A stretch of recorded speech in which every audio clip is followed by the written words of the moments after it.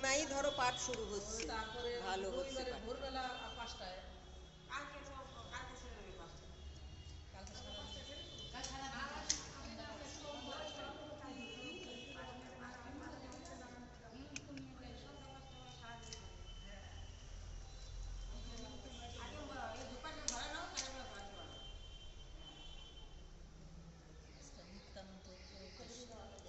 ভূত করেছে না দিদি?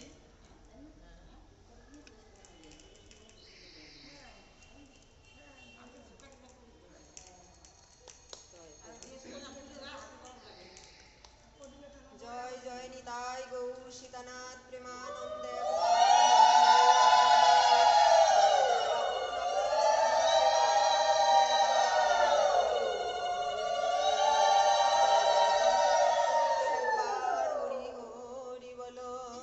জয় জয় সমবেত ভক্তমণ্ডলী পিতে একবার হরি হরি বলো। কি করবো? আরতি আরতি করো। ঘন্টা ফেলাই দেবো। জয় রাধে জয় রাধে জয় রাধে। ওম অজ্ঞান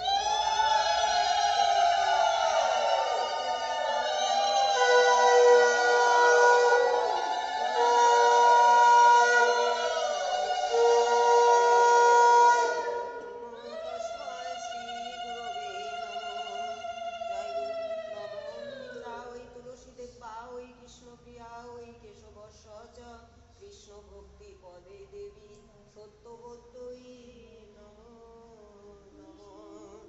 জয় জয় সুখদেব গোস্বামী প্রভুপাদ কি জয়। জয় জয় ব্যাসদেব গোস্বামী প্রভুপাদ কি জয়। জয় জয় পরীক্ষিত মহারাজ কি জয়।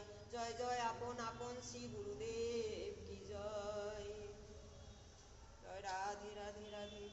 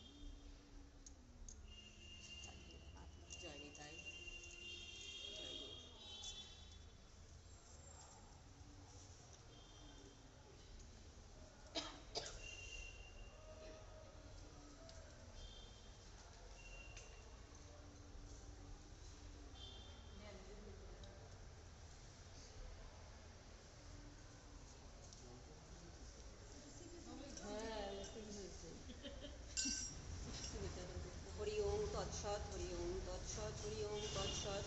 ওম নমো ভগবতে বাসুদেবায়। ওম নমো ভগবতে বাসুদেবায়। ওম নমো ভগবতে বাসুদেবায়। নারায়ণং নমস্কৃত্য নরং চৈব নরোত্তমং দেবীং সরস্বতীং ব্যাসং ততো জয় মুদীরয়েৎ। হরি ওম তৎসৎ হরি ওম তৎসৎ হরি ওম তৎসৎ।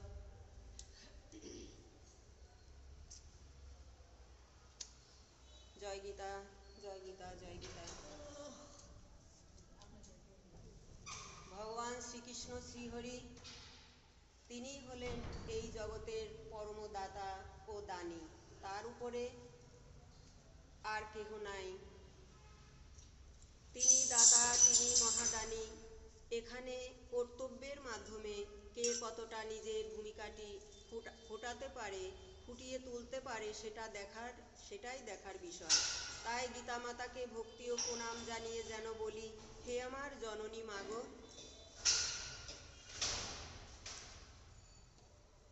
আমায় অভয় আমায় জ্ঞান ভক্তি সৎকর্ম দিয়ে কৃপা করো মা, যেন ভক্তি তরি বেয়ে বেয়ে সংসার সমুদ্র পাড়ি দিতে পারি। আসা যাওয়ার দুর্বিপাক তুফান থেকে রক্ষা করো মাতো। এ যে বড় ভয়, কেন এলাম, কেন আবার ফিরে যাব, কোথায় বা যাব, আবার কেন আসব।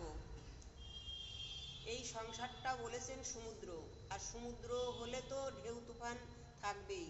সুখ দুঃখ মান অপমান এইগুলি হলো ঢেউ আর তুফান। তো গীতা মাতাকে প্রণাম করে যেন বলি, মাগো এই ঢেউ তুফান থেকে আমাদেরকে মুক্ত করো, যেন ভক্তি তরি বেয়ে বেয়ে সংসার সমুদ্র পাড়ি দিতে পারি। আসা যাওয়ার দুর্বিপাক তুফান থেকে রক্ষা করো মা। এ যে বড় ভয়, কেন এলাম, কেন আবার যাব, কেনই বা আবার ফিরে আসব, কোথায় বা যাব।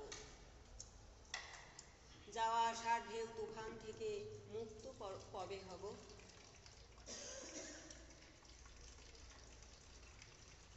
শ্রীগীতার মঙ্গলাচরণম।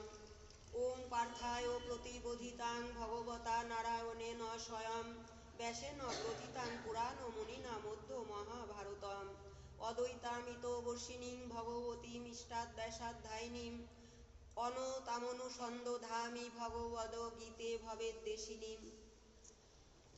হে আমার গীতা জননী, আপনি স্বয়ং শ্রীকৃষ্ণ কথিত অষ্টাদশ অধ্যায় রূপিণী, অদ্বৈত তত্ত্ব অমৃত বর্ষিণী ও সংসার মল ও নাশিনী।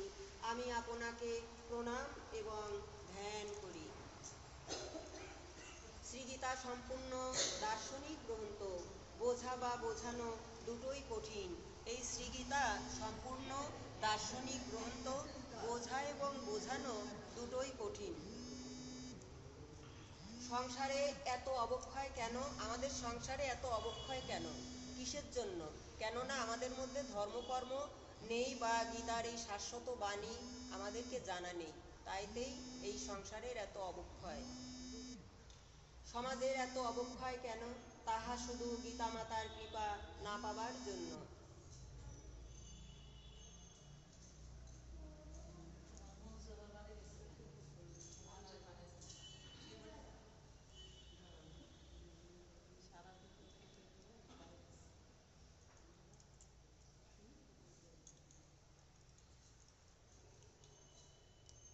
আজকাল বেশিরভাগই গীতা উপেক্ষিত থাকে, কেননা কেউ সেভাবে পড়ে না, আর পড়লেও তেমন একটা কেউ বোঝে না বা বোঝাতেও পারে না। সেজন্য আজকাল বেশিরভাগই গীতা উপেক্ষিত থাকে, কেননা কেউ তেমন একটা বোঝে না, আর বুঝলেও সেইভাবে কাউকে বোঝাতে পারে না। যার জন্য শ্রীগীতার যে স্বাদ গুরুত্ব সেটা হৃদয়ঙ্গম হয় না। গীতার বাণী মানেই ত্যাগ। শ্রীকৃষ্ণ স্বয়ং কথিত গান বা গীত, গীত পুলিঙ্গ, তাকে আকার লাগিয়ে মাতা করলেন, কারণ মাতা ছাড়া কি কোনো সন্তান অমৃত দুগ্ধ পায়? গীতা ছিলেন আগে গীত। ভগবান কুরুক্ষেত্রের রণাঙ্গনে তিনি গান গেয়েছিলেন, দুটি গান গেয়েছিলেন, একটা বাঁশি লইয়া বাঁশরিয়ার গান, একটা শ্রীগীতার মাধ্যমে এই গীতার জয়গান। তো তিনি গান মানে গীত, গীতকে আকার লাগিয়ে করলেন মাতা। কেননা মাতা ছাড়া কি কোনো সন্তান অমৃত দুগ্ধ পায়? সেজন্য শ্রীকৃষ্ণ নিজেই গীতারূপের মাতা হলেন। বাবা কি পারে দিতে, সেজন্য পিতাই মাতা হলেন। গীতা অর্থাৎ ত্যাগ, ত্যাগী। গীতা উল্টালেই হয়ে যায় কি ত্যাগী, গীতা ত্যাগী। তো গীত মানে গতে গভীর দীর্ঘিকারে ঈশ্বর আর ততে তত্ত্বকথা, ইহা গভীর ঈশ্বর তত্ত্বকথা। গীতা মানেই ত্যাগ। আর ভাগবত শ্রীহরির বিভিন্ন লীলা বিলাসের কাহিনী দুটোই টেস্টি, শুধু টেস্টি নয়, হেলদিও বটে। উদর পূর্তির খাবার খেলে 2-3 ঘন্টার মধ্যে হজম হয়ে চলে যায় নোংরা রূপে, সে যত সুস্বাদু খাবারই হোক না কেন। কিন্তু এই পরমাত্মার সদ্গুরুর বাণী কখনো নোংরা হয় না, সে তো সোনাই থাকে। ইহা মনের ক্ষুধা নিবারণ করে, মনের পরিপুষ্টি বৃদ্ধি করে, কোনোদিন ফুরায় না। তাই বলি মাগো, জীবনের অস্তবেলায় কেন এলে, আগে কেন এলে না?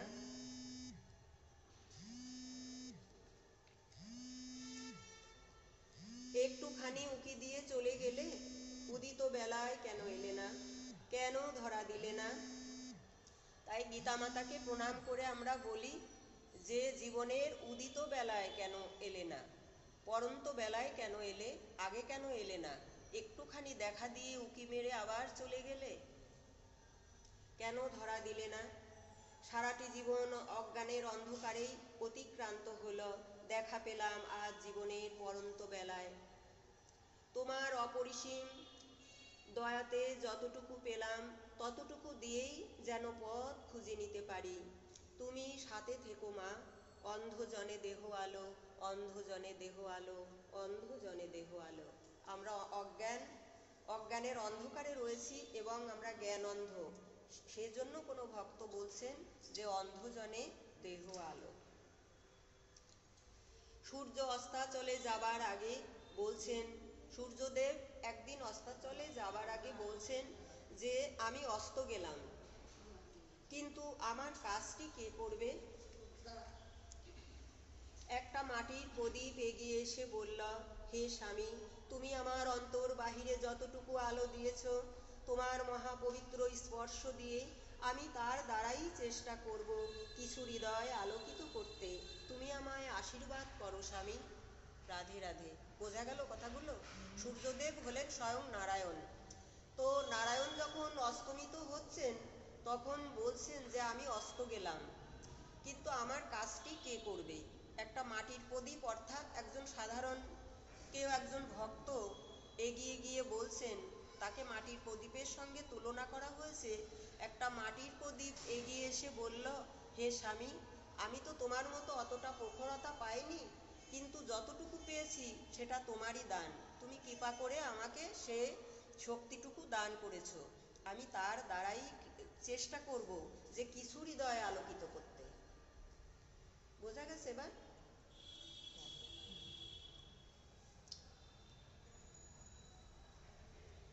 তোমার মহাপবিত্র স্পর্শ দিয়ে আমি তার দ্বারাই চেষ্টা করব কিছু হৃদয় আলোকিত করতে।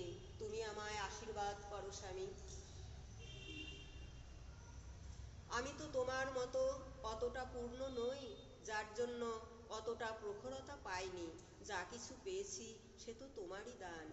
সে যোগ তুমি স্থাপন করেছ, তাই তো তুমি যোগেশ্বর শ্রীকৃষ্ণ, সর্ব ঐশ্বর্যপূর্ণ ভগবান। বৈ ধাতু থেকে এসেছেন এই গীতা, ইহা যোগসূত্র স্থাপন করে। যোগাযোগ ব্যবস্থা, এই গীতার মাধ্যমেই ভগবানের সঙ্গে যোগাযোগ সূত্র স্থাপন হয়, যোগাযোগ ব্যবস্থা। যোগ বা যোগাযোগ যেখানে আছে সেখানেই 8 বা 18 সংখ্যা। যেখানে যোগ বা যোগাযোগ রয়েছে ভগবানের সঙ্গে সেখানেই রয়েছে 8 বা 18 সংখ্যা।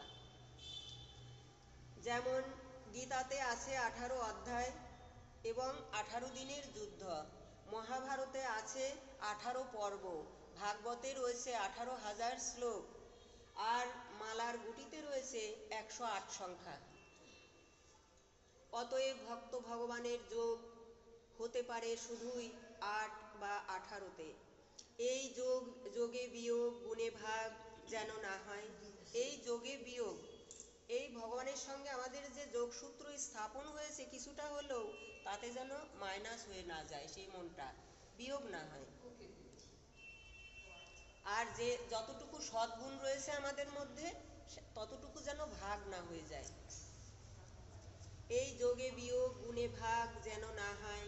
এখানে গীতা সৃষ্টি রহস্য বলতে গিয়ে কয়েকটি প্রধান চরিত্রের উদাহরণ না টানলেই নয়। যেমন দাসরাজের পালিত কন্যা মৎস্যগন্ধা।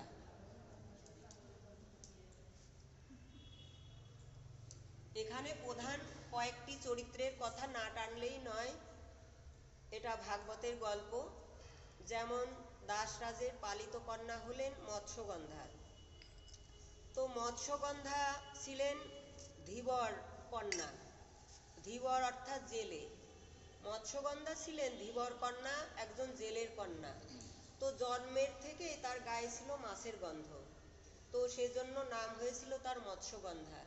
তো ধীবর জেলে এক সময় ভাবছেন যে আমার মেয়েটার গায়ে এত মাছের গন্ধ, আষ্টে গন্ধ, দুর্গন্ধ, তো একে বিবাহ দেয়া খুব কঠিন হবে।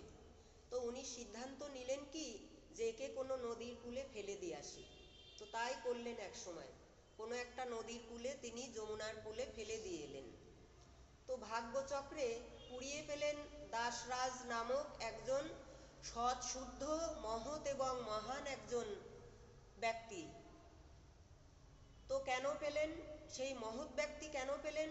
হয়তো বা ভগবানেরই ইচ্ছা, কিছুটা এখানে লীলা ঘটবে বলে। তো মহৎ সহৃদয়বান একজন ব্যক্তিত্ব, যিনি দাসরাজ নামক একজন ব্যক্তি, তিনি এই মৎস্যগন্ধাকে কুড়িয়ে পেলেন যমুনার কূলে। তো তার কাছেই বড় হতে লাগলেন মৎস্যগন্ধা। মৎস্যগন্ধা এক সময় বেশ বিবাহের উপযুক্ত হলেন, বড় হলেন। সে সময় দাসরাজ একদিন বললেন তার কন্যাকে, মেয়েকে, পালিত কন্যাকে, যে শোনো মা, তুমি আজ থেকে যাও যমুনার তটে, খেয়া পারাপার করো। তোমার নৌকায় একদিন মহর্ষি পরাশর মুনি নিশ্চয় পার হবেন। তুমি তার কাছে কিছু আবেদন করবে, নিবেদন করবে, তার চরণে আকুতি জানিয়ে প্রণাম করে তার কাছে আবেদন নিবেদন করবে যে তিনি যেন তোমাকে একটা সৎশুদ্ধ সন্তান দান করেন। তো সেদিন থেকেই তিনি খেয়া পারাপার করতে লাগলেন ওই মৎস্যগন্ধা। তো সত্যিকারেই একদিন মহর্ষি পরাশর মুনি স্বয়ং ভগবানের অংশ, বেদব্যাসও ভগবানের অংশ, এরা ভগবানের বাইরে কেউ নয়। তো একদিন পরাশর মুনি সত্যিকারেই সেই মৎস্যগন্ধার নৌকায় পার হলেন। মৎস্যগন্ধা তাকে খেয়া পার করে দিলেন এবং তিনি বুঝতে পারলেন যে ইনি সেই পরাশর মুনি। তিনি ভক্তি করে ওনাকে খুব সুন্দর করে সেই নদী পার করে দিলেন। তখন ঋষিবর ওই নদীর কূলেই একটা বনের মধ্যে একটা আশ্রমে গিয়ে ঢুকলেন এবং সেখানে গিয়ে ধ্যানস্থ হলেন। মৎস্যগন্ধা নৌকাটি ঠিকঠাক করে রেখে আস্তে আস্তে একটু বিলম্ব হয়েছে যেই, উনি তখন তাড়াতাড়ি গিয়ে ধ্যানস্থ হলেন। মৎস্যগন্ধা তখন সেখানে গিয়ে বসেই আছেন ঋষিবরের ধ্যান ভাঙবার অপেক্ষায়। তো যারা প্রধান যোগী ঋষি, তারা তো তাদের ধ্যানের মাধ্যমেই অনেক কিছু বুঝতে পারেন বা জানতে পারেন। তখন তিনি ধ্যানের মধ্যেই বুঝতে পারলেন যে আমার কিছু উপর থেকে কিছু আজ্ঞা করা হয়েছে। ভগবান যেন বলছেন যে তুমি ধ্যান ভাঙো এবং দেখো তোমার সামনে কে, তার সঙ্গে তুমি দুটো কথা বলো। তখন তার ধ্যান ভাঙলো এক সময়। তিনি চক্ষু উন্মিলন করতেই সেই মৎস্যগন্ধার সাথে তার চোখাচোখি হলো, শুভ দৃষ্টি বিনিময় হলো। তখন তিনি একটু মৃদু হেসে বললেন, ও তোমার নৌকায় পার হয়েছি না, কিছু পরিচয় তো তোমার? তো আমি তো দিন ভিখারি, আমার তেমন কিছু নেই, 2-4 পয়সা আছে, তা দেব তোমায়। তখন তিনি বললেন যে না না, আমি কোনো পরিচয় না ঋষিবর, আমি আপনার সঙ্গে দুটো কথা বলতে চাই। আপনার চরণে আমার কিছু নিবেদন এবং আবেদন রয়েছে। আপনি যদি সেটা পূরণ করেন তো পয়সার থেকে অনেক দামি, আমি আপনার কাছে কোনো পয়সা চাই না। সে সময় ঋষিবর বললেন, বলো তাহলে তোমার কি ইচ্ছা। মৎস্যগন্ধা তখন বললেন যে ঋষিবর, আপনি আমার প্রতি একটু দয়া করুন, করুণা করুন। আমি আপনার চরণে নিবেদন করে বলি, আমার একটা শুদ্ধ সন্তান চাই, যে সন্তান এই জগতের মঙ্গল করবে, কল্যাণ করবে, তেমন একটা সন্তান আমায় দান করুন। ঋষিবর তো উপর থেকে আদেশ পেয়েছেন, তিনি একটুখানি ধ্যানস্থ হয়ে তারপরে বললেন ঠিক আছে। তারপরে ওনাকে একটু স্পর্শ করতেই তিনি গর্ভবতী হলেন। তখন ওই যে ঋষিবরের স্পর্শ পেয়েছিলেন, ওনাদের তো সঙ্গ করতে হয় না, মাথায় হাত দিয়ে হোক, শরীরে হোক, একটু স্পর্শ করেছেন, আশীর্বাদ করেছেন, তাতেই তিনি গর্ভবতী হয়ে গেলেন। তো ঋষিবরের স্পর্শ পাওয়াতেই তার গায়ে পদ্মের গন্ধ এসে গেল, পদ্মগন্ধা হলেন। তখন তার নাম হলো পদ্মগন্ধা। তখন তার শরীর থেকে পদ্ম ফুলের সুবাস ছড়াতে লাগলো, সেই মৎস্যগন্ধার শরীর থেকে। নাম হলো তখন তার পদ্মগন্ধা এবং পদ্মাবতী। সেই পদ্মাবতীর সঙ্গেই একসময় বিয়ে হয়েছিল ভীষ্মদেবের পিতা শান্তনু রাজার সাথে। এই পদ্মাবতীর বিয়ে হয়েছিল।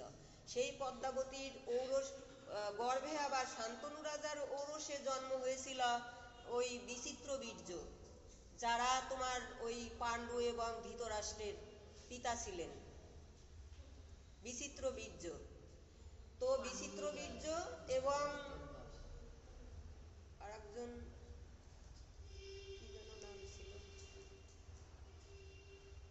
বিচিত্র বীর্য সেই সত্যবতীর পরে আর কি পুত্র রূপে আসলেন শান্তনু রাজার সাথে। পরে সত্যবতীর বিয়ে হয়েছিল। তো আগের ঘটনা এটা বলেনি। তো তখন যখন সত্যবতী গর্ভবতী হলেন, ঋষিবর বললেন চলো আমরা ওই দ্বীপের কোনো গুহার মধ্যে গিয়ে বসবাস করি, যতদিন তোমার সন্তান না হয় ততদিন আমি তোমাকে দেখাশোনা করব। তারপরে দুজনে সেখানে সেই দ্বীপের মধ্যে বসবাস করতে লাগলেন। তো সেখানে সেই 10 মাস পূর্ণ হলো। তো জন্ম নিলেন একদিন এক দেব শিশু। নাম হলো তার দেবর্ষি বেদব্যাস। এরপর থেকে পড়ছি।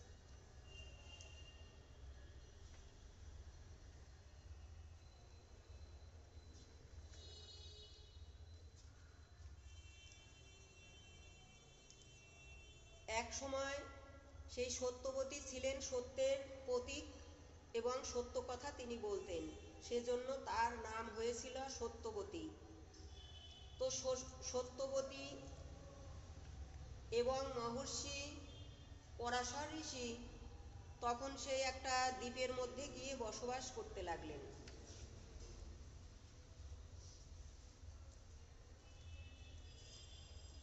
কোনো এক শুভক্ষণে আষাঢ় মাসের পূর্ণিমায় জন্ম হলো একটি শ্যামবরণ শিশু। দ্বীপে জন্ম বা কৃষ্ণবর্ণ, সেজন্য নাম রাখলেন শ্রীকৃষ্ণ দ্বৈপায়ন।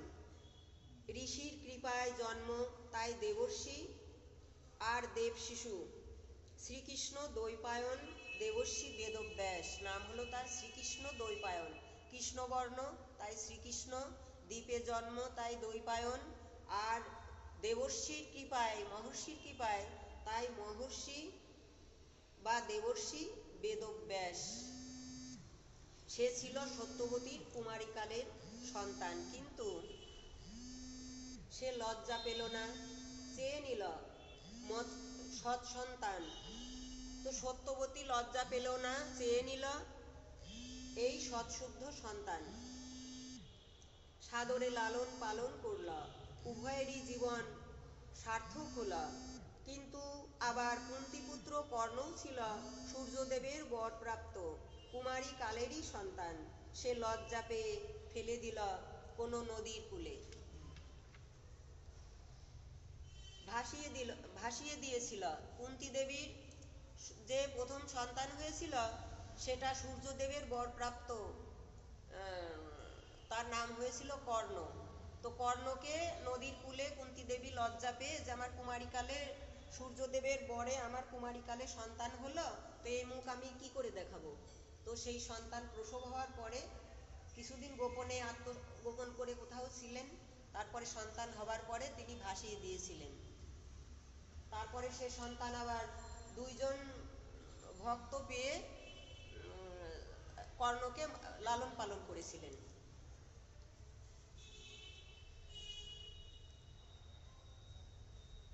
ভাসিয়ে দিয়েছিল, মা স্বীকার করেনি, যার জন্য আজও সে অবহেলিত। ভালোবাসার জোরে কেউ পুষ্পিত, কেউ না পেয়ে হলো বঞ্চিত বা অবহেলিত, সমাজে মর্যাদা পেল না। তবে তারা দুজনেই ছিলেন যোগপুত্র এবং যোগসূত্র। সমাজে তারা মর্যাদা পেল না, তবে তারা দুজনেই ছিলেন যোগপুত্র যোগসূত্র শুধু সাধারণ সন্তান নন, জগতের ভালো ভালো কাজ করতেই তারা জগতে এসেছিলেন। 18 যোগ, এরাই হলো 18 যোগ।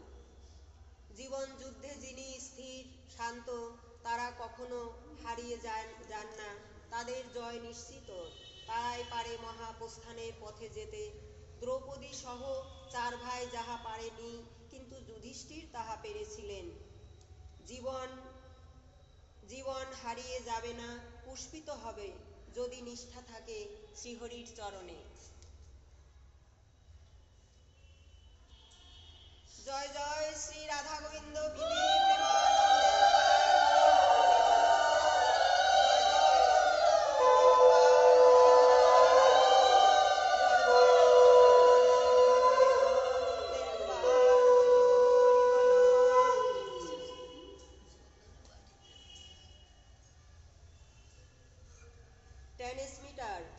ট্রান্সমিটারের সমস্ত বিদ্যুতের মেন লাইন। সেখানে যোগ আছে, তাই বাতি জ্বলে, ট্রেন বাস চলে। আমাদের মেন লাইন হলো শ্রী গোবিন্দের শ্রীপাদ পদ্ম আর গীতার অমোঘ বাণী। সব ঈশ্বরে পরিব্যাপ্ত। জ্ঞান কাণ্ড, উপনিষদ, বেদ, শ্রুতি, প্রস্থান। জ্ঞান কাণ্ড হলো উপনিষদ, বেদ হলেন শ্রুতি প্রস্থান, তার সারাংশ হলো গীতা। গীতা শুনলে সহপ্রস্থানের পথে যাওয়া যায়। এই গীতা শুনলে সহপ্রস্থানের পথে যাওয়া যায়। ভাগবত, লীলা, কথামৃত, স্মৃতি প্রস্থান, ভগবানের সাথে জীবের অনন্ত স্মৃতি। গীতা ত্যাগ শিখিয়ে বাঁচার মন্ত্র যোগায়। এই গীতা আমাদেরকে ত্যাগ শিখিয়ে বাঁচার মন্ত্র যোগায়।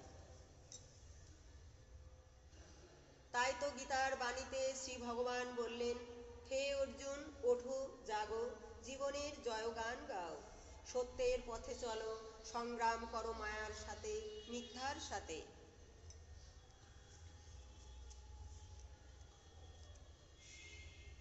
তাই তো শ্রীহরি বললেন, হে অর্জুন, ওঠো, জাগো, জীবনের জয়গান গাও, সত্যের পথে চলো, সংগ্রাম করো মায়ার সাথে, মিথ্যার সাথে।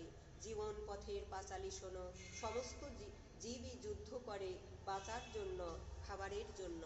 সব কিছু আমার, এই চিন্তাধারা শুধু সংকীর্ণতা মাত্র। সব কিছু আমার, এই যে চিন্তাধারা, এটা শুধুই সংকীর্ণতা মাত্র। ভালোতে হিংসা, সেটাই বিকার। কোনো কিছু ভালো কাজ করলেও যদি কেউ হিংসা করে, সেটাই হলো তার বিকার। কোনো কিছু ভালো কেউ করছে, তাতেও যদি কেউ হিংসা বুদ্ধিকে দেখে বা হিংসা করে, সেটা হলো তার মনের বিকার। ভগবানে ভয়, সেটা আসে অবিশ্বাস থেকে। সৎকর্মই বড় সাধনা, মানুষের সৎকর্মটাই হলো বড় সাধনা। সংসার বিষয় বিষাক্ত না হলে পবিত্র চিন্তা আসে না। এই সংসার বিষয় বিষাক্ত না হলে পবিত্র চিন্তা আসে না।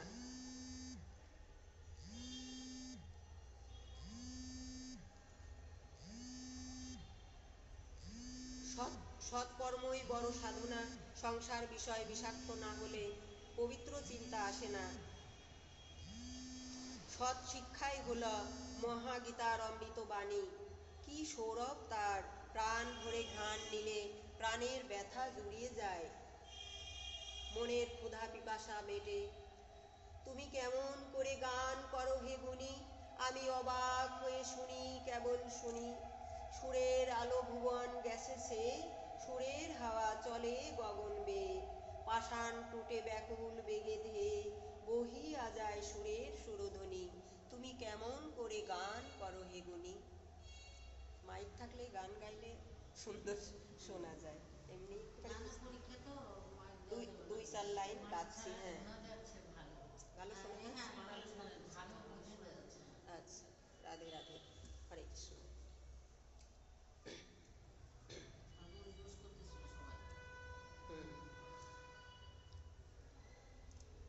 রাধে কৃষ্ণ, হরি বল।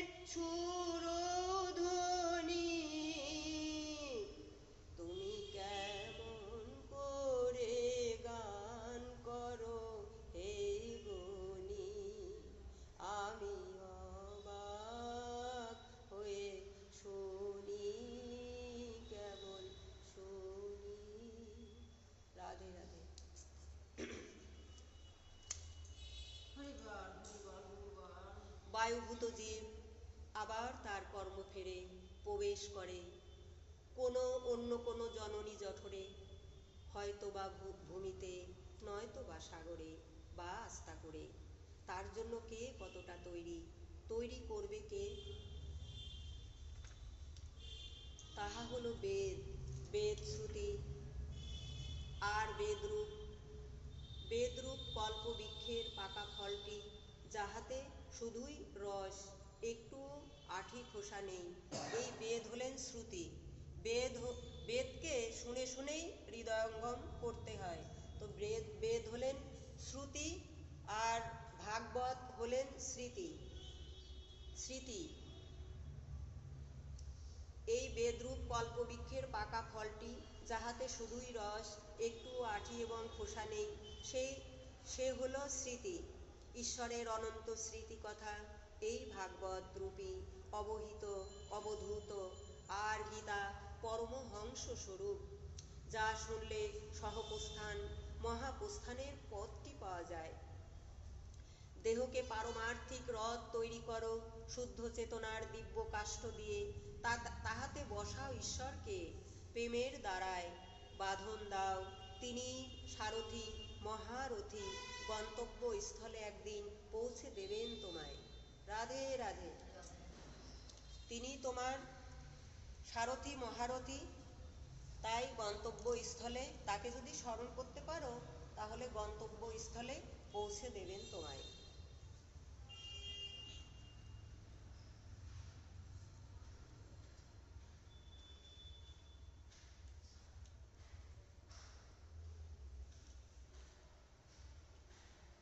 ভাবো তোমার কেহ নাই জীবনের সায়ান্ন মানে সন্ধ্যাবেলায়, জীবনের সায়ান্ন বেলায় গীতার এই বোধটা যেন অন্তরে থাকে। তুমি শুধুই তোমার কর্মপথের যোদ্ধা, আর তিনি সারথি। ন্যায়ের যুদ্ধ করো, কাঁদো আর বলো। তিনি তোমার পথ প্রদর্শক, তাই কাঁদো আর বলো।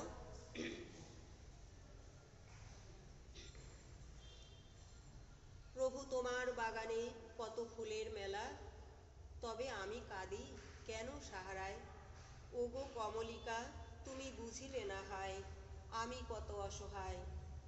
উষ্ণ মরুর অভিশাপ লয়ে ভেঙে গেছি আমি অবসাদে ক্ষয়ে।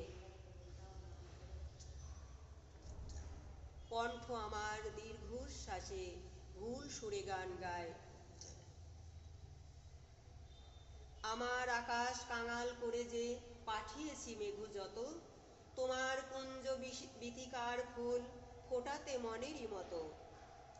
প্রেম যে আমার আধারে লুকায়, তারা জলে শুধু তব আকাশের গায়। গন্ধেরই ধূপ পুড়ে গেছি আমি, শুধু ছাই পড়ে আছে তাই। তবে আমি কাঁদি কেন সাহারায়, ওগো কমলিকা, তুমি বুঝিলে না হয়, আমি কাঁদি সাহারায়।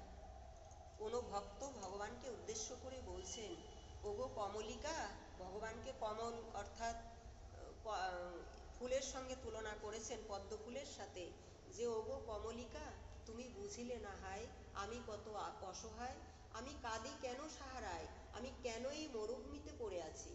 সাহারা মানে মরুভূমি। প্রভু তোমার বাগানে কত ফুলের মেলা, তবে আমি কাঁদি কেন সাহারায়।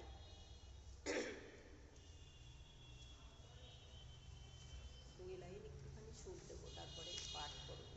মাইক ছাড়া গান গাওয়া যায় না, গান গাইব না।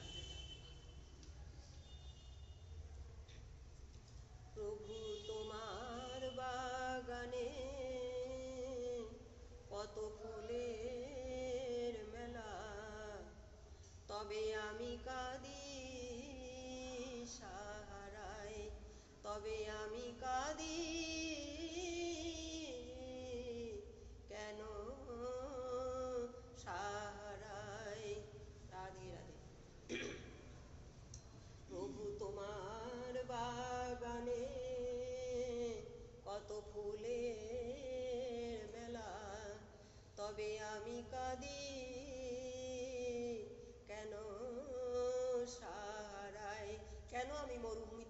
আছি প্রভু, তোমার এই বাগানে কত ফুলের মেলা, তবে আমি কেন কাঁদি সাহারায়।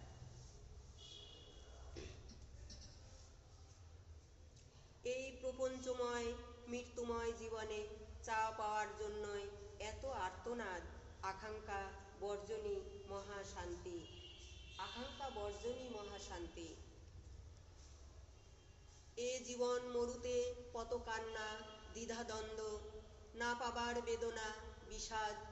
এই জীবন মরুতে, জীবনের মরুভূমিতে কত বেদনা, না পাবার কত হতাশা, দ্বিধাদ্বন্দ্ব, না পাবার বেদনা, বিষাদ।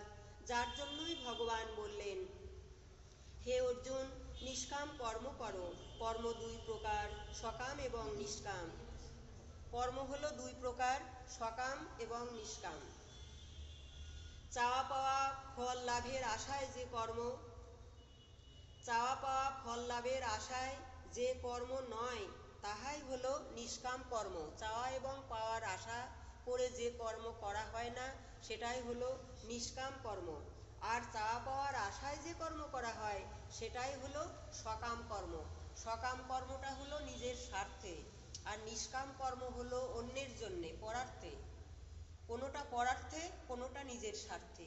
সকাম কর্মটা হলো নিজের স্বার্থে, আর নিষ্কাম কর্ম পরার্থে।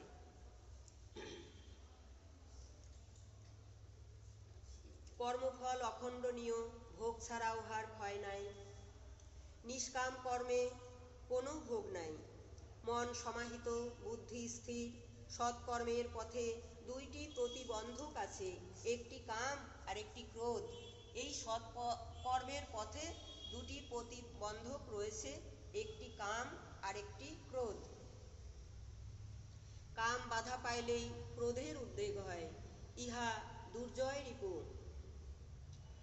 সহজে দমন করা যায় না। জীব অজ্ঞানে আবৃত থাকে, তাই আত্মজ্ঞানের দ্বারা চিত্ত সমাহিত করিতে হইবে। এই জীবগণ, আমরা জীবগণ অজ্ঞানে আবৃত থাকি, সেজন্য এই আত্মজ্ঞানের দ্বারা চিত্ত সমাহিত করিতে হইবে। যিনি আত্মজ্ঞানে পূর্ণ, তিনিই মুক্ত, তিনি চণ্ডাল হাতি কুকুরে সমান দেখেন। কর্ম বন্ধনের কারণ নয়, আসক্তিটাই হলো বন্ধনের কারণ।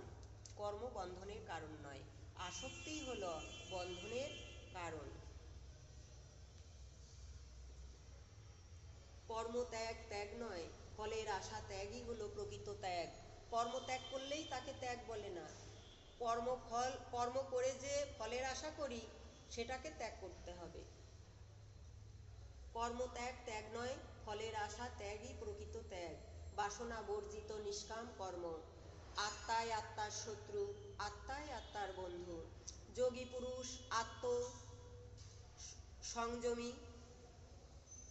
যোগী পুরুষগণ আত্মসংযমের দ্বারা এবং অভ্যাসের দ্বারা চঞ্চল মনকে বশে আনিতে পারিলেই, যারা যোগী পুরুষ তারা আত্মসংযমী, আত্মজ্ঞানী।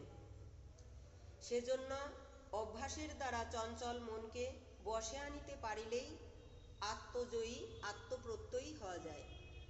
ভূমি জল অগ্নি বায়ু আকাশ মন বুদ্ধি ও অহংকার, এই 8 প্রকার আমার অপরা প্রকৃতি, নিকৃষ্ট জড়। আরেকটি পরা উৎকৃষ্ট, ত্যাগই হলো উৎকৃষ্ট, ত্যাগটাই হলো উৎকৃষ্ট। আর ভোগ বিলাসের মধ্যে দিয়ে যে কর্ম করি, সেটা হলো নিকৃষ্ট। কামনা বাসনাটাই হলো নিকৃষ্ট, আর ত্যাগটাই হলো উৎকৃষ্ট।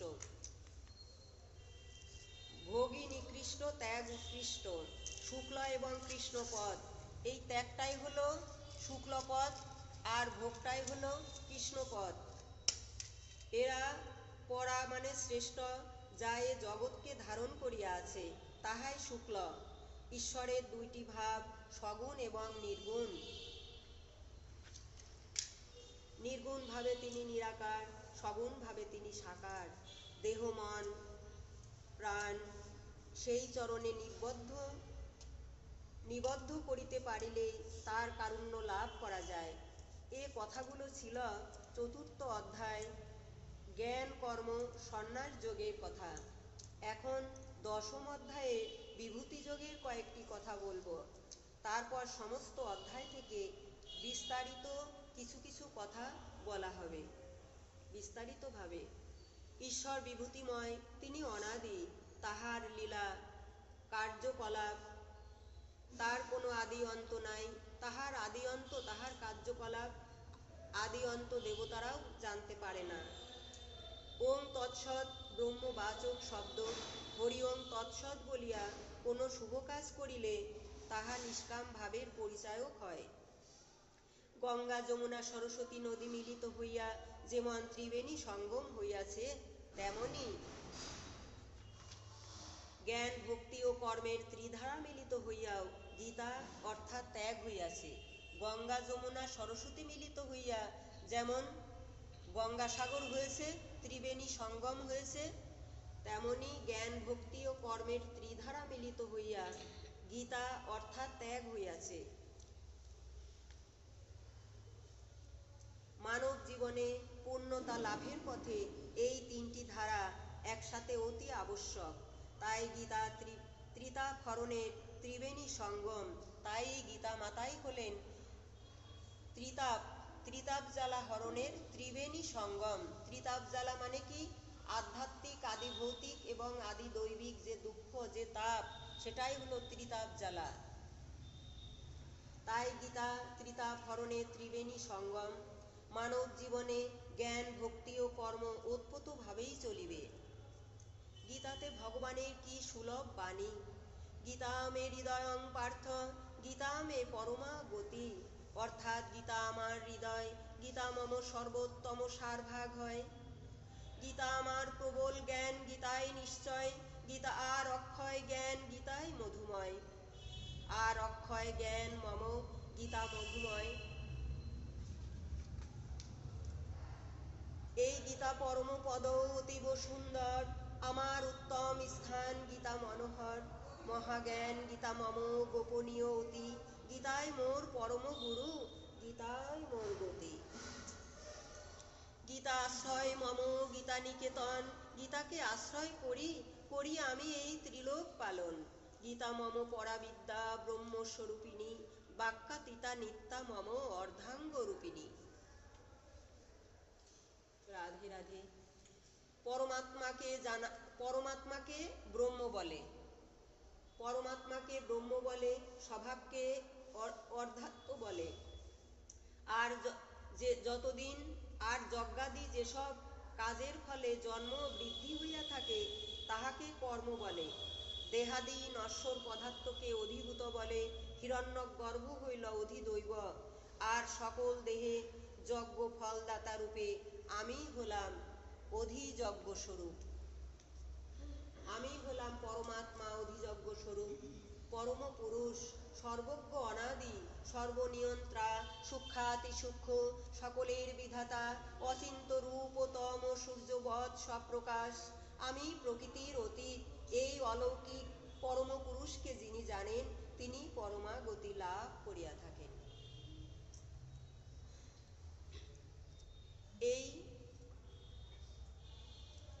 পরমাগতি লাভ করিয়া থাকেন।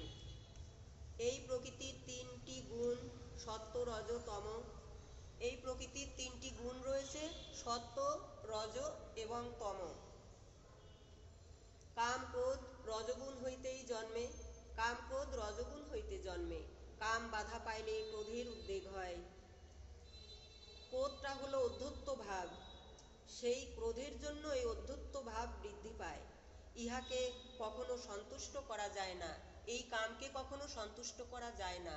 এই কাম বাধা পাইলেই ক্রোধের উদ্বেগ হয়, আর ইহা হলো অধ্যত্ত ভাব, মানে চিৎকার চেঁচামেচি, একটু থেকে একটু হলেই রেগে যাওয়া, সেগুলোই হলো অধ্যত্ত ভাব, বা কাম বাধা পাইলেই ক্রোধের উদ্বেগ হয়। ইহাকে কখনো সন্তুষ্ট করা যায় না। ইহা অগ্নির মতো তাপ দিয়া জ্ঞানকে ঢাকিয়া রাখে। ইন্দ্রিয়, মন ও বুদ্ধি, এই তিনটি কামের আশ্রয়। ইন্দ্রিয় কি? একাদশ ইন্দ্রিয়, মন এবং বুদ্ধি, এই সবগুলি কামের আশ্রয়। হে অর্জুন, তুমি তুমি যদি মহাপাপীও হও তবে তবু জ্ঞান রূপ ভেলার সাহায্যে পাপ সমুদ্র পাড়ি দিতে পারিবে। মানুষ যেমন কোথাও যেতে গেলে গাড়ি অথবা রথ ইত্যাদি ব্যবহার করে, তেমনি আত্মাও ব্যবহার করে এই দেহটাকে। মানুষ যেমন কোথাও যেতে গেলে গাড়ি এবং রথ কি প্লেন ইত্যাদি ব্যবহার করে, তদ্রূপ আমাদের এই আত্মাটাও ব্যবহার করে এই দেহটাকে। এই দেহটাই এই আত্মার রথ, তাকেই সেই জন্য বলে না যে দেহরথ। দেহকে তো রথ সেইভাবে কেউ উচ্চারণ করে না, বলে দেহরথ, বলে না। দেহটাই হলো রথ, এই আত্মার রথটা হলো এই দেহ।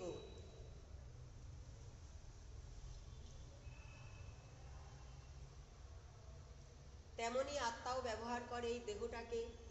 দেহ গাড়িতে চেপেই জীবাত্মা বিভিন্ন কর্ম করে, কিন্তু দেহ গাড়ি থেকে বিচ্যুত হলেই আর কোনো কর্ম করবার ক্ষমতা থাকে না। এই দেহ গাড়ি থেকে বিচ্যুত হলেই আর তখন আর এই আত্মার কর্ম করার কোনো ক্ষমতা থাকে না।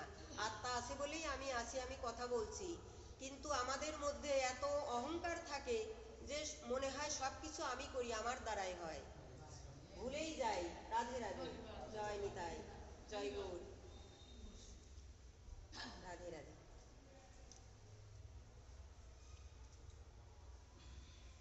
তেমনি মানুষ যেমন কোথাও যেতে গেলে গাড়ি অথবা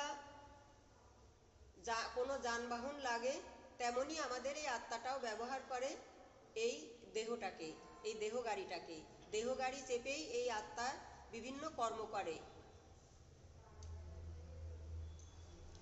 এই দেহ থেকে বিচ্যুত হয়ে গেলেই তখন তার আর কোনো কর্ম করবার ক্ষমতা থাকে না। দাদা সামনে বসেন না। এই দেহ গাড়ি থেকে বিচ্যুত হয়ে গেলেই এই আত্মার তখন আর কর্ম করবার কোনো ক্ষমতা থাকে না। তার সমস্ত ছল চাতুরি বাহাদুরি সব তখন লোপ পেয়ে যায়। সে তখন আর নড়াচড়া করে না, করতে পারে না। তখন যদি তার সন্তান গিয়ে বাবা বাবা বলে ডাকে, বুকে জড়িয়ে ধরে, তো অন্য কেউ বলবে যে তোমার বাবা তো তোমার বুকে ধরাই রয়েছে, তুমি বাবা বাবা বলে চিৎকার করছো কেন? তখন তার সন্তান কি বলবে যে বাবা তো আমার সামনে রয়েছে, আমার বুকেই রয়েছে, কিন্তু সে তো কথা বলে না। সে কথা বলে না কার জন্য? কার জন্য কথা বলতে পারছে না? তার বাবা আত্মা নেই বলে। আত্মা নেই বলে তার বাবা বুকে জড়ানো রয়েছে, অথচ কথা বলতে পারছে না।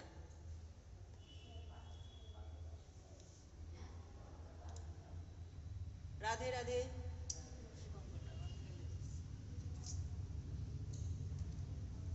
জয় নিতাই, জয় গৌর। সেজন্য দেহচ্যুত হয়ে গেলে এই আত্মাটা কি সূক্ষ্ম বস্তু, সূক্ষ্ম। রাধে রাধে, তোমরা একটু সাইড করো, দাদা মুখটা দেখা যাচ্ছে। এই দেহ গাড়ি থেকে এই আত্মা যখনই নেমে যায়, বিচ্যুত হয়ে যায়, তখন তো তার কোনো কর্মক্ষমতা সব ফুরিয়ে যায়। তখন এই আত্মাটা কি সূক্ষ্ম, সূক্ষ্ম আত্মা হাওয়ার মতো এখানে ওখানে সেখানে ভেসে বেড়ায়, ঘুরে বেড়ায়। তো তখন সেই আত্মা এক ফুল থেকে আর এক ফুলে সূক্ষ্ম অবস্থায় তিনি এক ফুল থেকে আর এক ফুলে দেহ বা দেহান্তরে ঘুরিয়া বেড়ায়।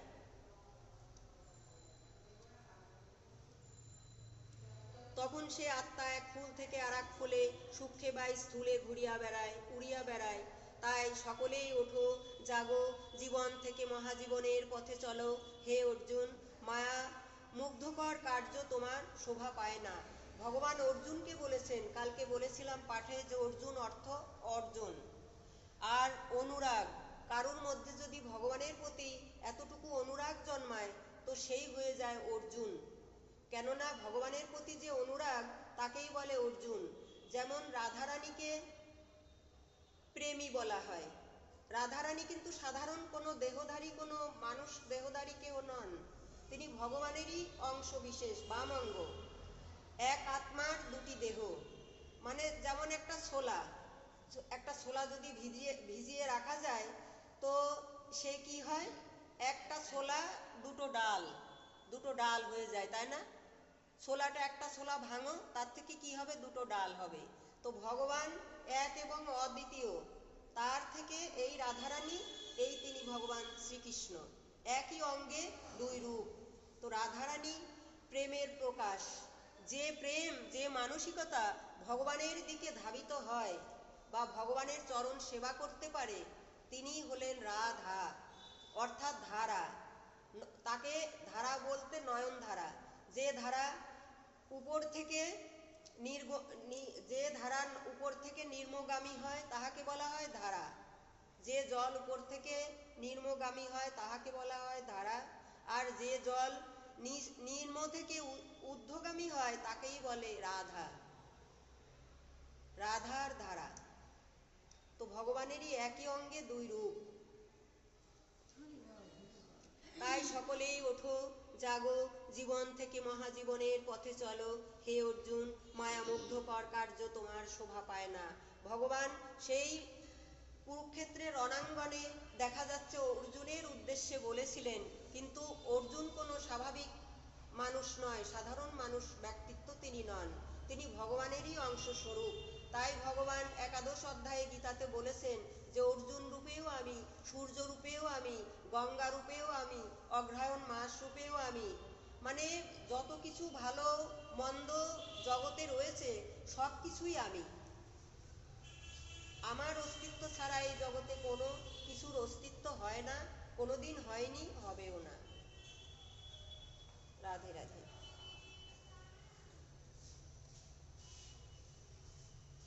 এই অনার্য সেবিত মোহ তোমার শোভা পায় না, ইহার মূর্খ ব্যক্তির কার্য।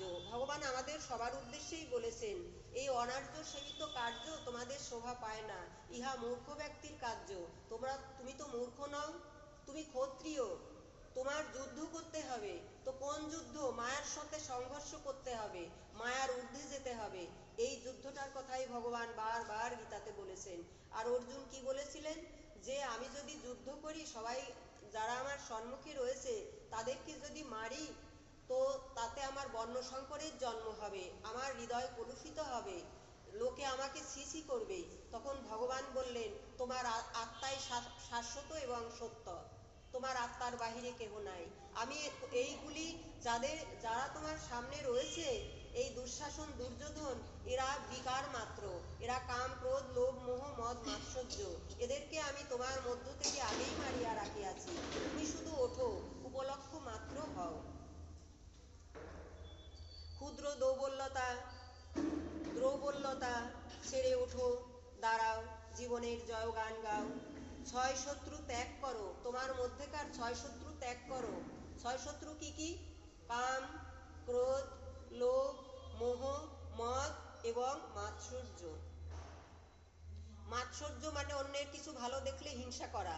লোভ মানে খাওয়া দাওয়া তো আছেই, বা টাকা পয়সা, অন্য কিছু, অন্যের জিনিস ছিনিয়ে নেব, আমি বড় হব, আমি সুখী হব, এটাই হচ্ছে লোভ। আর মোহ কি? মানে সংসারে আমার যারা আছে তাদের প্রতি মানে নিবিড় ভালোবাসা, তাদের ছাড়া আমি অন্য কারোর কথা আমি ভাবি না। যেমন ধৃতরাষ্ট্রের ছিল, নিজের সন্তানদের প্রতি তার মোহ ছিল, কিন্তু অন্য প্রজাদের তিনি, রাজ্যের তার প্রজাদের তিনি পিতা হতে পারেননি। তিনি 100 পুত্রেরই পিতা হয়েছিলেন, তার রাজ্যের প্রজাদের তিনি পিতা হতে পারেননি। সেটা হলো মোহ। তাহলে কাম ক্রোধ, আর ক্রোধটা অল্পেতেই রাগ হয়ে যায়। কাম ক্রোধ লোভ মোহ মদ আর মাৎসর্য। মদ মানে আমার ছাড়া আমি কিছুই বুঝি না, আমাতেই আমি ডুবে থাকি, আমাকে নিজেকেই বড় বলে ভাবি, আর কেউ যে বড় বা সম্মানীয় তাদেরকে সম্মান দিতে জানি না, এটা হলো মদ। আর মাৎসর্যটা কি? মানে অন্যের কোনো কিছু দেখলে আমার হিংসা হয়, সেটাই হলো মাৎসর্য। ছয় শত্রু ত্যাগ করো, ছেড়ে ফেলো মায়ার পোশাক। তুমি ধর্মযুদ্ধের মহাযোদ্ধা, তুমি ক্ষত্রিয়, এই আড়ষ্ট চিত্ত কৃপণতা তোমার শোভা পায় না। ভগবান আমাদের সবাইকেই বলছেন কথা, যে তোমার এই আড়ষ্ট চিত্ততা শোভা পায় না। তুমি ছেড়ে ফেলো এই মায়ার পোশাক, এই জগতে তোমার কেউ নেই, ছেলে মেয়ে বলো, স্বামী স্ত্রী বা বন্ধু বান্ধব, টাকা পয়সা, বাড়ি ঘর, বিষয় বৈভব, জমিদারি কিছু নেই তোমার। সবই তুমি উপলক্ষ মাত্র, এই জগতে সবই আমারই সৃষ্টি, আমাতেই বিলীন হয়ে যাবে। এদের জন্য তুমি বৃথা শোক করো না। এই কৃপণতা, ক্ষুদ্র দ্রবল্যতা, মনের সংকীর্ণতা তোমার শোভা পায় না। এসব তোমার কার্য নয়। আত্মসুখ চিরসুখ নয়, আত্মার উদ্ধারই হলো চিরসুখ। আত্মজয়ী আত্মপ্রত্যয়ী হও, তরঙ্গ তুফান বাড়তে দিও না। লোভ মোহ ঘোরা ষড়রিপুর লেজ টেনে ধরো। মায়ার মায়ার অনন্ত প্রবাহ অপ্রমেয়। এই যে মায়া, এই মায়ার অনন্ত প্রবাহটা অপ্রমেয়। এই আত্মা ন যায়তে, ইহা জন্মায় না, ন মৃয়তে, এই আত্মা মরেও না। এই আত্মা ন যায়তে ন মৃয়তে, এই আত্মা মরেও না, জন্মায়ও না। দেহের পরিবর্তন হয়, আত্মার কখনোই নয়। তাই ভগবান দ্বিতীয় অধ্যায়ে কি বলেছিলেন, যে বাসাংসি জীর্ণানি যথা বিহায় নবানি গৃহানি নরৌহ পরানি তথা শরীরানি বিহায় জীর্ণা নগ্নানি সংজাতি নবানি দেহি। মানুষ যেমন পুরাতন বস্ত্র ত্যাগ করিয়া আরেকটি নতুন বস্ত্র পরিধান করে, তেমন করেই এই আত্মাও এই পুরাতন দেহটি ত্যাগ করিয়া আরেকটি নতুন দেহ ধারণ করে। নৈনং সিন্ধন্তি শস্ত্রাণি নৈনং দহতি পাবক ন চৈনং ক্লেদোয়ন্ত ন শোষয়তি মারুত। এই আত্মাকে আগুন পারে না দগ্ধ করিতে, রৌদ্র পারে না শুকাইতে, জল পারে না ভিজাইতে, আর বায়ু পারে না শুষ্ক করিতে। এই আত্মা অজ অমর অমর নিত্য শাশ্বত সনাতন। অছেদ্য হয় অমধার্য হয়, এই আত্মা অছেদ্য উধার্য অক্লেদ্য অশস্য নিত্য শাশ্বত এবং সনাতন। অব্যক্ত হয় অমচিন্ত হয় ম বিকার্য হয় অমুচ্যতে তস্মাৎ পরিহার্যে হর্থে ন তং শোষিতু মর্ঝসি। এই আত্মা অব্যক্ত অচিন্ত অবিকার রহিত, ইহার জন্য তোমার শোক করা উচিত নয়। অথচৈনং নিত্য জাতং নিত্য বা মন্যসে মৃতম তথাপি তং মহাব্বাহ নৈবং নৈবং। এই আত্মা যদি নিত্য জন্ম এবং নিত্য মরণশীল হয়ে বলে তোমার মনে হয়, তবে ইহার জন্য তোমার শোক করা উচিত নয়। অথচৈনং নিত্য জাতং নিত্য বা মন্যসে মৃতম তথাপি তং মহাব্বাহ নৈবং শোচিতু মর্ঝসি। তারপরে কি বললেন, জাতস্য হি ধ্রুব মৃত্যু ধ্রুবং জন্ম মৃতস্য চ তস্মাৎ পরিহার্যে হর্তে ন তং শোচিতু মর্ঝসি। এই আত্মা জন্মালেই মৃত্যু এবং মৃত্যু হইলেই জীবের আবার জন্ম হবে, ইহার জন্য তোমার শোক করা উচিত নয়। অব্যক্তাদীনি ভূতানি ব্যক্ত মধ্যানি ভারত।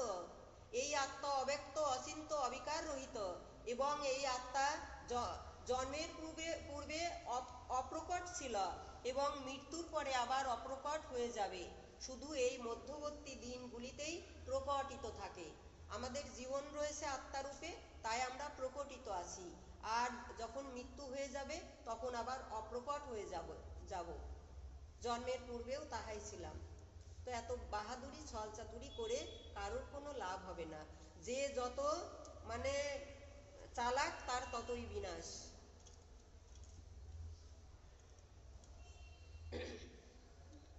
রাধে রাধে।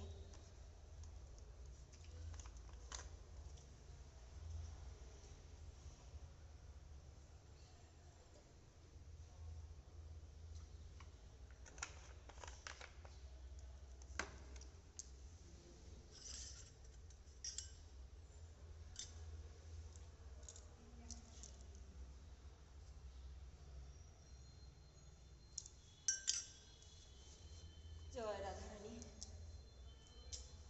রাধা কৃষ্ণ প্রাণময় যুগল কিশোর।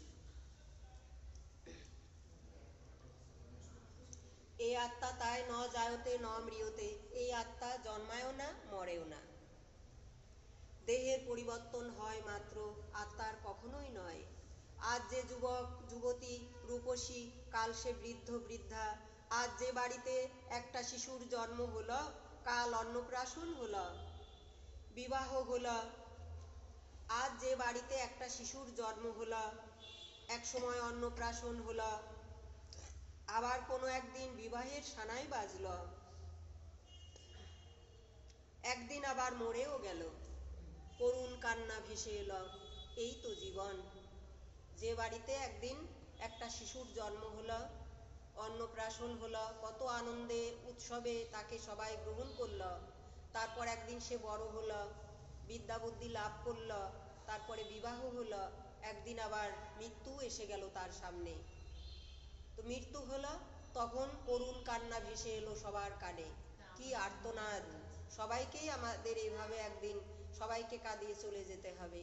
তাই এমন জীবন তুমি করিবে গঠন, মরণে হাসিবে তুমি কাঁদিবে ভুবন। তুমি এমন জীবন গঠন করো যে তুমি মরণে হাসতে হাসতে চলে যাবে, আর সবাই তোমার জন্য কাঁদবে, যাহারা এই আহারে এই ব্যক্তিটা কত ভালো ছিল। আর কেউ যদি তোমার গালি দেয় তো তোমার নরক গমন অনিবার্য।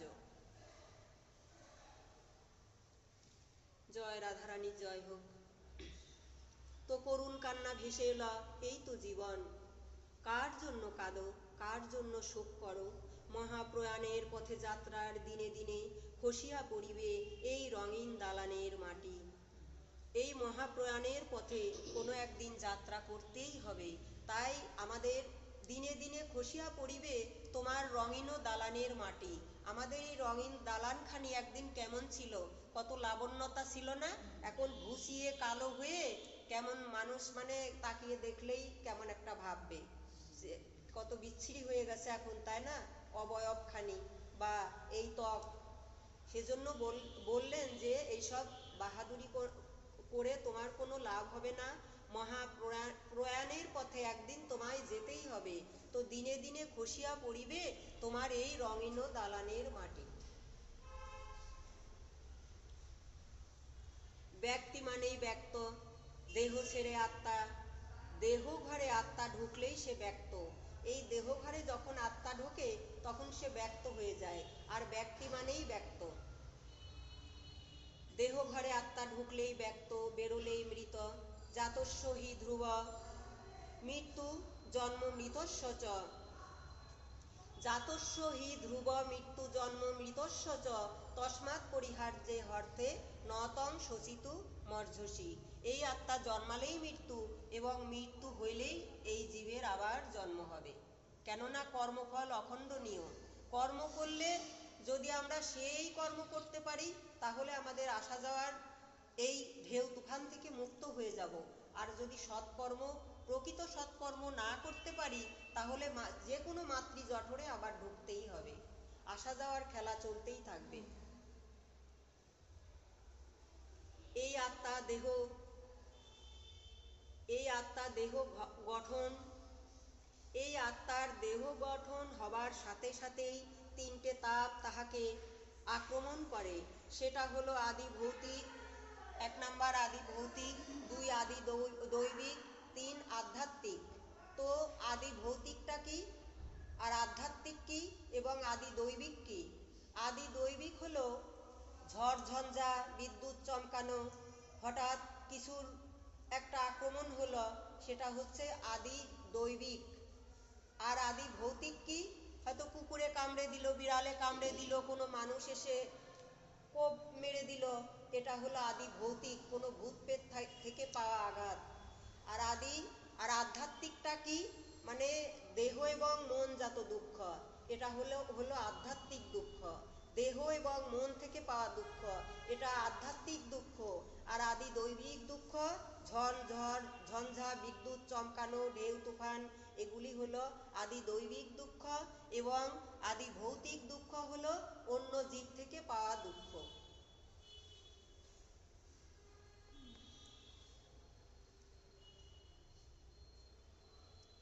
তন্ত্রভূমিতে শুধুই প্রপঞ্চ দ্বন্দ্ব, এই তন্ত্রভূমিতে শুধুই প্রপঞ্চ দ্বন্দ্ব। এই দেহ ক্ষেত্রভূমি শুদ্ধ চাষ করে সোনার ফসল ফলাও। সচ্চিদানন্দময় ভূমি করে গড়ে তোলো, প্রশংসা স্তুতি নিন্দায় কান দিও না। যারা নিন্দুক তারা তো নিন্দা করবেই, প্রশংসা স্তুতি নিন্দায় কান দিও না। ভক্তি একমাত্র অমৃত পথের পথ প্রদর্শক। রাধে রাধে।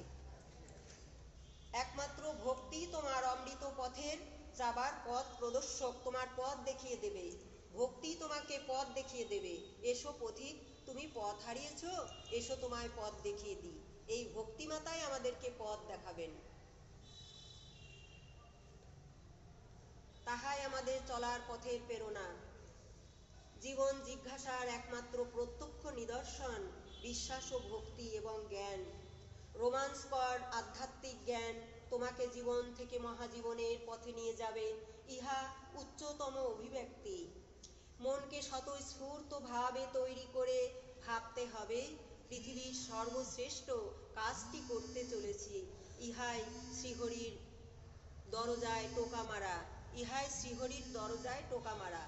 আমরা যদি ভগবানের চরণে আত্মনিবেদন করে সেই পথে এগিয়ে যেতে পারি সৎ শুদ্ধ কর্মের দ্বারায়, সেটাই হবে শ্রীহরির দরজায় টোকা মারা। ইষ্টের প্রতি মন রেখে বলো ওম কৃষ্ণার্পণমস্তু, ওম শ্রী পরমাত্মনে নমঃ। রাধে রাধে। ওম কৃষ্ণার্পণমস্তু, ওম শ্রী পরমাত্মনে নমঃ, পরমাত্মনে নমঃ। এই মন্ত্র সর্বদাই ভাবো, ইহায় অজপা জপ, মধুর স্মরণ, প্রকৃত ভক্তের হৃদয়ে ভক্তি জ্ঞানের আলো টিপ টিপ করে জ্বলতেই থাকে। নামে রূপে লীলা স্মরণে জ্যোতির্ময় গাছে বিদ্যুৎ চমকিত হয়। তন্ময়তা জন্মে জ্ঞান বীজ রোপিত হয়। এই জ্ঞান দান সর্বশ্রেষ্ঠ দান। এই জ্ঞান দানই হলো পৃথিবীর সর্বশ্রেষ্ঠ দান, ভগবান নিজে বলেছেন। আর এটাই হলো প্রকৃত অন্নদান। সর্বশ্রেষ্ঠ দান এই জ্ঞান দান, এটাই প্রকৃত অন্নদান। শ্রীকৃষ্ণ পরম প্রসাদের ব্যবস্থা করেছেন আমাদের সর্বজীবের জন্য। শ্রীকৃষ্ণ ভগবান সর্বময় প্রসাদের ব্যবস্থা করেছেন আমাদের এই সর্বজীবের জন্য। ভবরোগ মুক্তির উপায় করে দিয়েছেন। গীতা তত্ত্বই মহা ঔষধ। মায়া প্রপঞ্চ কাটাতে গীতা মাতার ঔষধ নাও। স্বয়ং গুরু শিষ্যের কথোপকথন শুভ সংস্কার করা উচিত। পার্থিব ঈশ্বরের দিব্য সংবাদ ইহা সার্বজনীন। বেদ বলেছেন ভগবানকে জানো, আর গীতাতে ভগবান সরাসরি কথা বলেছেন। ভগবান গীতাতে সরাসরি কথা বলেছেন সবার সাথে। অর্জুনের মতো দিনহীনভাবে শোনো, পড়ো, ভুল হলে তিনিই শুধরে নেবেন। অর্জুনের মতো দিনহীনভাবে পড়ো এবং শোনো, ভুল হলে তিনিই শুধরে নেবেন।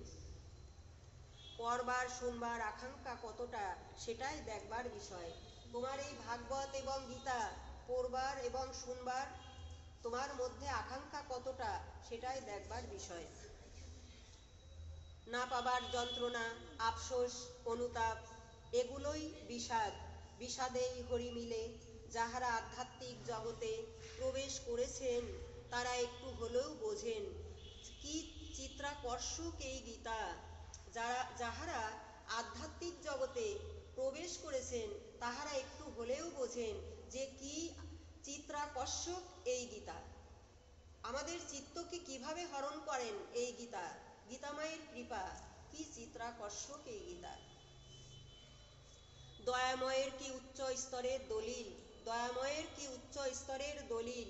একবার বুঝে নিতে পারলে আর কোনো বাড়ি জমির দলিলের প্রয়োজন হয় না। যদি বলো তো থাকবো কোথায় আমরা দলিল না থাকলে। বলছেন যারা ভগবানের চরণে আত্মনিবেদন আত্মসমর্পণ প্রকৃতভাবে করতে পেরেছেন তাহাদের বাড়ি ঘরের কোনো প্রয়োজন হয় না। যেমন একটু আগে একটা গল্পতে বললাম, মহর্ষি পরাশরমণি, যার কৃপায় জন্ম হলো দেবর্ষি বেদব্যাসের, তার কি বাড়িঘর আছে? তিনি গিয়ে ওই বন জঙ্গলে বাস করতে লাগলেন। তাই তার কৃপাতে সত্যবতীর গর্ভে জন্ম হলো দেবর্ষি বেদব্যাসের, তাই না? তো সেজন্য বলছেন যারা সে দয়াময়ের চরণে আত্মনিবেদন আত্মসমর্পণ করেছেন তাদের বাড়িঘরের দলিলের কোনো প্রয়োজন হয় না।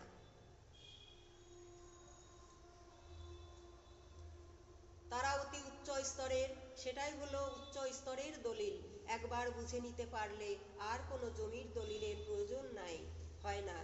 স্বর্গে আমার কি বা প্রয়োজন, নরকে কি বা ভয়, স্বর্গ নরকের নির্ণয়কারী যিনি, তার চরণে মতি যেন হয়, তার চরণে মতি যেন হয়। স্বর্গে আমার কি বা প্রয়োজন, নরকে কি বা ভয়, স্বর্গ নরকের নির্ণয়কারী যিনি, তার চরণে মতি যেন হয়, তার চরণে মতি যেন হয়। জয় জয় শ্রী রাধে।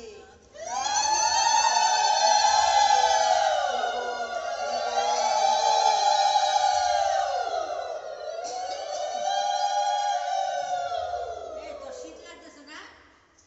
প্রেম সে কহু একবার রাধে রাধে। জয় রাধে জয় রাধে জয় রাধে। হ্যাঁ, কিছু কাজে আসিস না? একটু শীত কাজে? সত্যি শীত লাগছে, কোন জায়গায় বসে? গলা বসে যাচ্ছে। মনে নাই? কোন জায়গায় বসে তোর? হুম। শীত লাগছে। কাঠি বুঝকা নিয়ে এসে অত সব কাঠ সকাল দিয়ে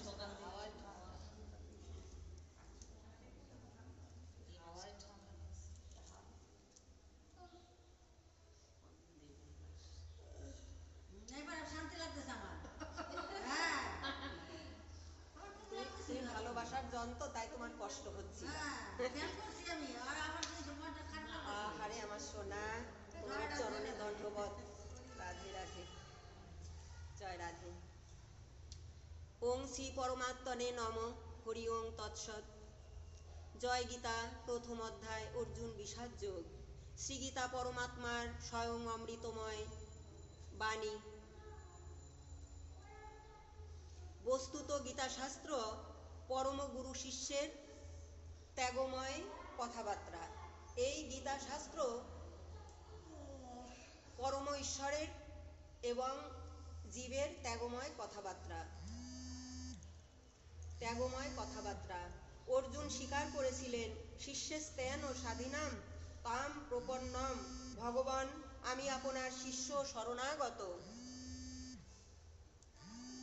যা আমার পক্ষে কল্যাণকর, আপনি কৃপা করিয়া সেই উপদেশ দান করুন।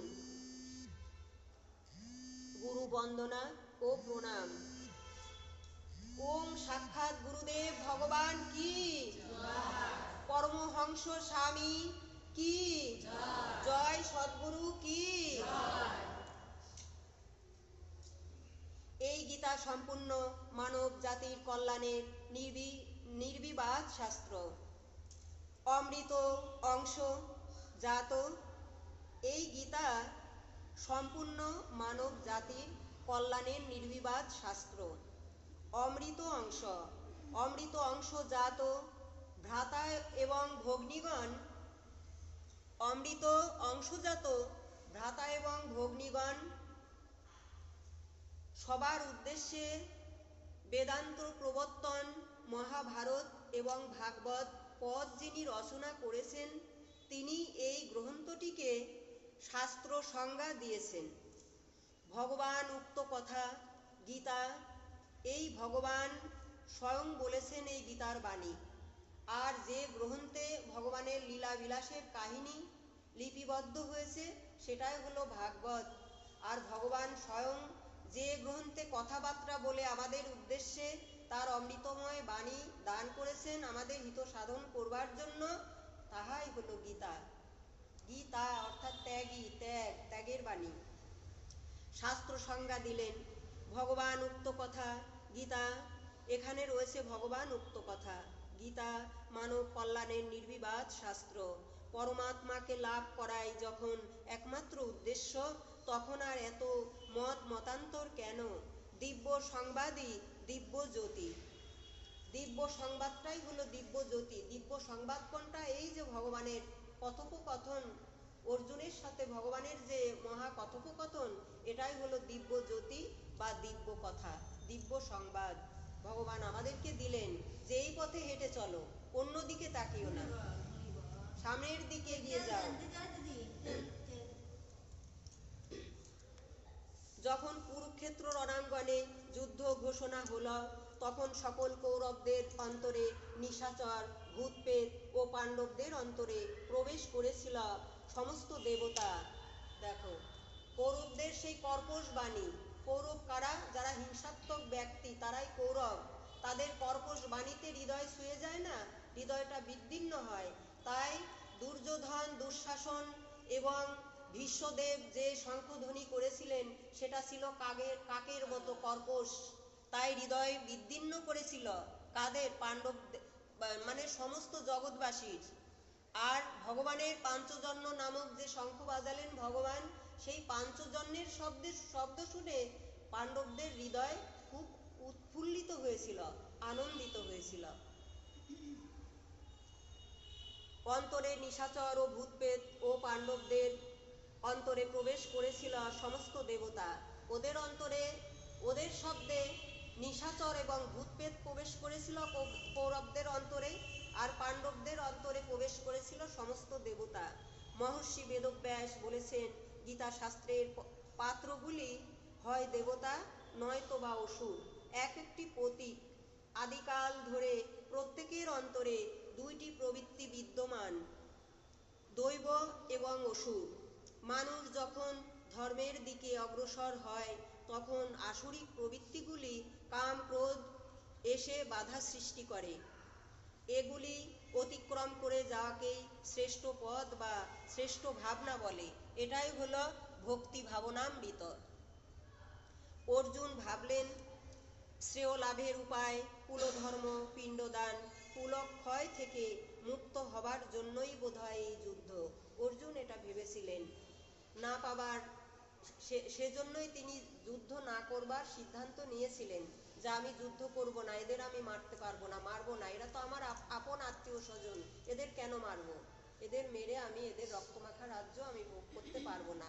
তখন ভগবান বললেন, না, তোমার আত্মাই তোমার শাশ্বত সত্য, আত্মার বাহিরে কিছু সত্য নাই। এটা দেহটা তো বিকার, এটা বিকার মাত্র। এদেরকে বিনাশ করলে তোমার কিছু হবে না। শুধুমাত্র এই সংজ্ঞাগুলি উত্তর দেবার জন্যই তাকে 18 অধ্যায় বিচার বিশ্লেষণ করতে হয়েছিল। অবশেষে বিভূতি শেখাবার পর বললেন, অর্জুন, পার্থ, তোমার মোহ নাশ হয়েছে কি? অর্জুন বললেন, হ্যাঁ, আমার মোহ দূরে গেছে, আমার মোহ নাশ হয়ে আছে। এখন আমি তোমার কথা মতোই চলবো। এখন থেকে আমি তোমার কথা মতোই চলবো, তোমার উপদেশ মতোই চলবো। প্রকৃতপক্ষে এ সংশয় শুধু অর্জুনেরই ছিল তাহা নয়, অধিকাংশ মানুষের মধ্যেই এই প্রবৃত্তি। কোন উপায়ে মঙ্গল লাভ হবে, তাই আবাল বৃদ্ধ বনিতা সবার সজ্ঞান জন্মাবার জন্যই বলেছেন 18টি অধ্যায়ই অনুশীলন করা সবারই উচিত। আবাল বৃদ্ধ বনিতা সবার উদ্দেশ্যেই ভগবান বলেছেন এই গীতার এই শাশ্বত বাণী। এবং পাঠ একান্ত, সেজন্য পাঠ এবং কীর্তন, শ্রবণ, এগুলি একান্ত প্রয়োজন। সবার এই গীতা শোনা একান্ত প্রয়োজন। গীতা, তখন বলা হলো না, গীতার আমাদের সমাজের এত অবক্ষয় কেন? এই গীতা মাতার শাশ্বত বাণী না পাওয়ার জন্য, না শুনবার জন্য আমাদের হৃদয়খানি অবক্ষয় হয়েছে। পাড়া প্রতিবেশী বা সমাজ বা দেশ সব কিছুর অবক্ষয় হয়েছে গীতা মাতার কৃপা না পাবার জন্য। এই গীতা বোঝা এবং বুঝানো দুটোই কঠিন। যাহাতে অন্তঃকরণ সৃজন সাধন অব্যাহত থাকে, সেজন্য গীতা অহরহ শুনতে হবে। শিশুরাও শিখতে পারবে গীতার এই শাশ্বত বাণী। সুসংস্কৃত করুন, সংরক্ষণ করুন, জন্ম জন্মান্তরের আবিলতা দূরে যাবে, কুরীতি কথাবার্তা বন্ধ হয়ে যাবে। এগিয়ে আসুন অমৃতের পথে।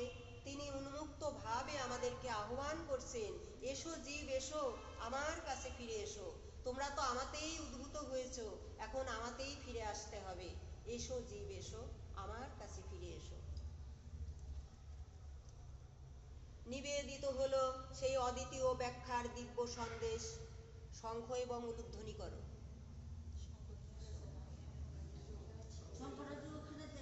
নিয়ে গেছে। উলু দাও, উলু দাও, উলু দাও।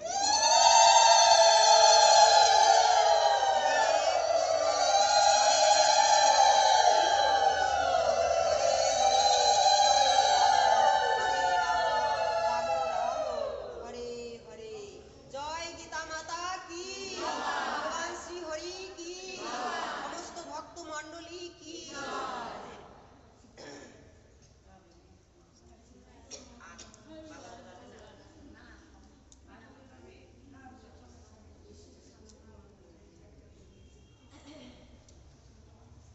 রাধে রাধে।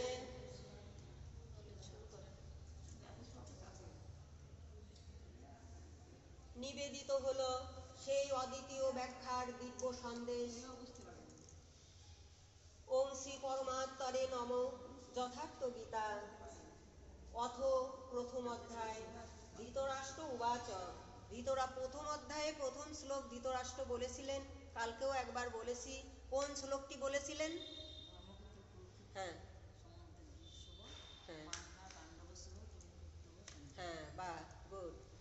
ধর্মক্ষেত্রে কুরুক্ষেত্রে সমবেদা যুদুৎসব মামেকা পাণ্ডবাশ্চৈব কিম কুর্বত সঞ্জয়। সঞ্জয়ের কাছে ধৃতরাষ্ট্র প্রশ্ন করলেন, একটি প্রশ্নই ধৃতরাষ্ট্র করেছিলেন যে, হে সঞ্জয়, পূর্ণভূমি এই কুরুক্ষেত্রের পূর্ণভূমিতে সমবেত হইয়া আমার এবং পাণ্ডুর পুত্রগণ কি করিল, সেখানে কি করিল? এই প্রশ্নটি সঞ্জয়ের কাছে করেছিলেন।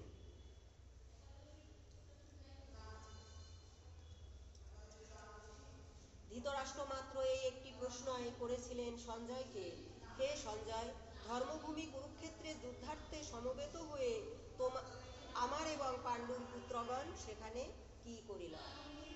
অজ্ঞান রূপ ধৃতরাষ্ট্র এবং সংযম রূপ সঞ্জয়। জ্ঞান মনের অন্তরালে থাকে, অজ্ঞানে আবৃত মন। ধৃতরাষ্ট্র জন্ম অন্ধ। যতক্ষণ জ্ঞান অন্ধ ধৃতরাষ্ট্র থেকে উৎপন্ন দুর্যোধন জীবিত থাকে, ততক্ষণ এর দৃষ্টি সদা সর্বদা কৌরবগণের উপরেই ন্যস্ত থাকে, সম্পূর্ণ বিকারের উপরেই থাকে। যখন দুর্যোধন অন্ধ ধৃতরাষ্ট্রের থেকে, ধৃতরাষ্ট্রের চোখ অন্ধ কেন ছিল? কারণ তার হৃদয়টি, তার জ্ঞানও অন্ধ ছিল। কেননা তার রাজ্যের 100 পুত্রেরই পিতা তিনি হয়েছিলেন, তার সমস্ত প্রজাদের তিনি পিতা হতে পারেননি। কারুর ব্যথা তিনি বোঝেন নাই, তাই তিনি অন্ধ। তার বাইরের চোখও অন্ধ, হৃদয়ের চোখও অন্ধ ছিল। সেজন্য অন্ধ ধৃতরাষ্ট্র থেকে যে দুর্যোধনের উৎপত্তি হয় বা দুঃশাসনের উৎপত্তি হয়, সেটাই হলো বিকার। জ্ঞান মনের অন্তরালে থাকে, অজ্ঞানবৃত মন ধৃতরাষ্ট্র জন্ম অন্ধ। যতক্ষণ জ্ঞান অন্ধ ধৃতরাষ্ট্র থেকে উৎপন্ন দুর্যোধন জীবিত থাকে, ততক্ষণ এর দৃষ্টি সদা সর্বদা কৌরবগণের উপরেই থাকে, সম্পূর্ণ বিকারের উপরেই থাকে। শরীর একটি ক্ষেত্র।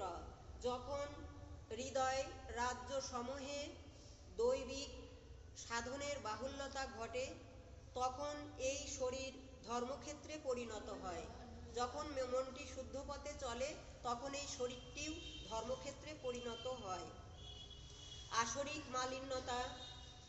আসরিক মালিন্যতা এলেই কুরুক্ষেত্র হয়ে যায়। যখন অসুরদের মতো মালিন্যতা ভিতরে আসে, সেই মনটি হয়ে যায় কুরুক্ষেত্র। চাওয়া পাওয়ার ক্ষেত্র যেটা, সেটাই কুরুক্ষেত্র। জন্ম মৃত্যুময় আমার আমিত্বই হলো কুরুক্ষেত্র। পূর্ণময় প্রবৃত্তি সমূহ পাণ্ডব ক্ষেত্রই কুরুক্ষেত্র। পূর্ণময় প্রবৃত্তি সমূহ পাণ্ডব ক্ষেত্রই হলো ধর্মক্ষেত্র। আর কৌরবদের মানসিকতার ক্ষেত্রটাই হলো কুরুক্ষেত্র। আর পাণ্ডবদের যে সৎশুদ্ধ মানসিকতার ক্ষেত্র, সেটাই হলো ধর্মক্ষেত্র। তো বলেছেন, কুরুক্ষেত্র ক্ষেত্রে এবং ধর্মক্ষেত্রে সমবেত হইয়া আমার এবং পাণ্ডুর পুত্রগণ কি করিল? সে আমার শব্দটি ব্যবহার করেছিল, তাই সে অন্ধ। ইদম শরীরম কন্তেয় ক্ষেত্র ক্ষেত্র বিধীয়তে। ইদম শরীরম পন্থেয় ক্ষেত্র ক্ষেত্র বিধিয়তে। এই দেহই ক্ষেত্র, আর যিনি একে জানেন তিনি ক্ষেত্রজ্ঞ। 10টি ইন্দ্রিয়, 3 গুণ, 5টি বিকার, এই দেহক্ষেত্রটাই মল্লভূমি। এর মধ্যে 2 প্রবৃত্তি, দৈবী সম্পদ ও আসুরিক সম্পদ। এই দেহক্ষেত্রটাই মল্লভূমি, এর মধ্যে 2টি সম্পদ, দৈবী সম্পদ এবং আসুরিক সম্পদ, স্বজাতীয় এবং বিজাতীয়। মহাপুরুষদের কাছে মহাপবিত্র এই সত্যবাণী শুনলে মনে মায়ার সাথে সংঘর্ষ শুরু হয়। এটাই প্রকৃত যুদ্ধ বা বিজয়। প্রাকৃত যত যুদ্ধ হয়েছে তার কেউই চির জয়ী হতে পারেনি। প্রাকৃত জগতে যেসব যুদ্ধ হয়েছে তাতে কেউ চির জয়লাভ করতে পারেনি, ক্ষণিক লাভ। প্রকৃতির ঊর্ধ্বে সত্তাদিক দর্শন করাই শাশ্বত বিজয়। প্রকৃতির ঊর্ধ্বে যে জগৎ রয়েছে তাকে লাভ করাটাই হলো শাশ্বত বিজয়। মুক্তি। সংযম বৃদ্ধি হইলেই শুভ দৃষ্টি খোলে। যখন আমাদের মধ্যে সংযম বৃদ্ধি হবে তখনই আমাদের শুভ দৃষ্টি খুলে যাবে। আসক্তিরূপ অশ্বত্থামা, ভ্রমরূপ ভূরিশ্রবা। ভ্রমটাই হলো শ্বাস। ভীষ্মের উপর দুর্যোধন কেন নির্ভরশীল ছিল? আশঙ্কা করে কেন বলল যে ভীষ্মকে রক্ষা করুন, সে জীবিত থাকলে আমরা অজেয় হব। কে এই ভীষ্ম? কে বা ভীম? কারণ এটা বাহ্যিক জগতের কোনো যুদ্ধ নয়, তাই ভ্রমই ভীষ্ম। ভ্রম জীবিত থাকলেই আমরা বলশালী হব, এটা দুর্যোধন বলছে যে ভ্রমই ভীষ্ম। ভীষ্মদেব যদি জীবিত থাকেন তো আমরা বলশালী হব। ভ্রমটাই মানে ভীষ্ম। অনেকের মধ্যে ভ্রম থাকে না, ভুল ধারণা থাকে না, তো সেটাই হলো ভীষ্মদেবের মধ্যে ছিল, তাই ভ্রমই ভীষ্ম। দুর্যোধন বললেন যে এই ভ্রম জীবিত থাকলেই আমরাও জীবিত থাকব, মানে যত সব বিকারের জায়গা, এরা দুর্জয় রিপু, তাই ভ্রমই ভীষ্ম। ভ্রম জীবিত থাকলেই আমরা বলশালী হব। অজেয় মানে দুর্জয়, এদের বশে আনা দুঃসাধ্য ব্যাপার। এরাই কৌরব, এরাই কুনীতি। আর পাণ্ডব মানে ভ্রম মোহ পণ্ড সততায় পূর্ণ নিঃস্বার্থ যারা, তারাই হলেন পাণ্ডব। ভীষ্মের ছিল ইচ্ছা মৃত্যু, ইচ্ছায় ভ্রম। ভ্রম মরে গেলে মোহ অহংকার দুর্বল হয়ে পড়ে।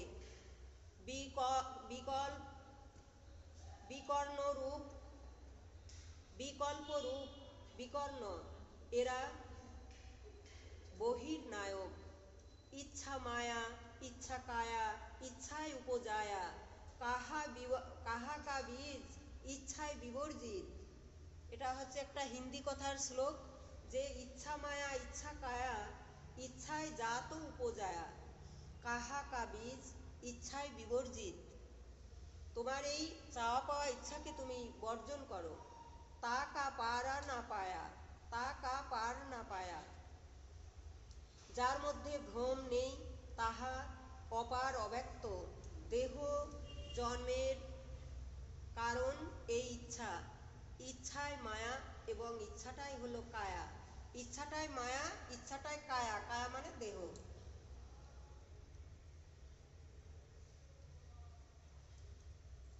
ইহাই জগৎ উৎপত্তির কারণ।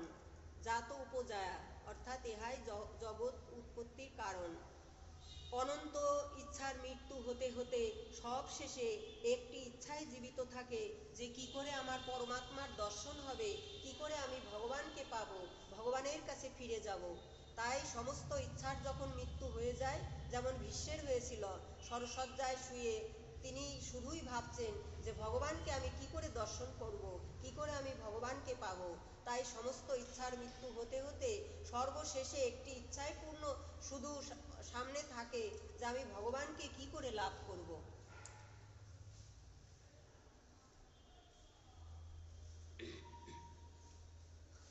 পরমাত্মা দর্শন বা তাকে পাওয়া।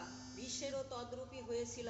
যেহেতু এই পাওয়ার থেকে বড় কিছু নেই, তাই এখানেই ইচ্ছার মৃত্যু ঘটল। এর মানেই ইচ্ছা মৃত্যু। ইচ্ছা মৃত্যুর সাথে সাথে ভ্রম মরে গেল। ভীষ্মদেবের যে ইচ্ছা মৃত্যু হলো, তার সাথে ভ্রম মরে গেল। তখন দুর্যোধন কি হলো? দুর্বল হয়ে গেল। ভ্রমটা যেই মরে গেল, তখন দুর্যোধন দুর্বল হয়ে গেল। তখনই অহংকার বিকারগুলি ক্ষীণকায় হয়ে পড়ল। ভ্রম নাশ না হওয়া পর্যন্ত অবিদ্যা সক্রিয় থাকে। ভাবরূপী ভীম, ভাবের এমনই ক্ষমতা আছে যা যা যাহা গুপ্ত তাহা ব্যক্ত বা প্রত্যক্ষ করতে সাহায্য করে।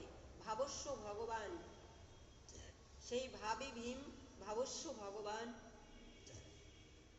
ভাবস্য ভগবান সুখ নিধান করুণা কায়া। ভাবস্য ভগবান সুখ নিধান করুণা কায়া। এই ভাবের দ্বারাই পূর্ণময় প্রবৃত্তি সমূহের বিনাশ হয়। অতএব ভাবই বলশালী। সেজন্য বলল, ভীষ্ম দ্বারা প্রবাহিত তাদের সেনা রক্ষা করা সম্ভব। ভীষ্ম দ্বারা প্রবাহিত আমাদের সেনা রক্ষা করা সম্ভব, দুর্যোধন বললেন। দুর্যোধনের হর্ষ উৎপন্ন করবার জন্য ভয়াবহ স্বরূপ সিংহনাদ হিংস্র সিংহের ন্যায় শঙ্খধ্বনি করিল, ভয় প্রদান করিল। কে শঙ্খধ্বনি করলেন? সর্বপ্রথমে ভীষ্মদেব ভয় প্রদান করল সেই শঙ্খধ্বনির মাধ্যমে। হিংস্র ধ্বনি ভয় প্রদান করিল, তাই সবার হৃদয় যেন বিদীর্ণ করিল। এখানে সংস্কৃত শ্লোক।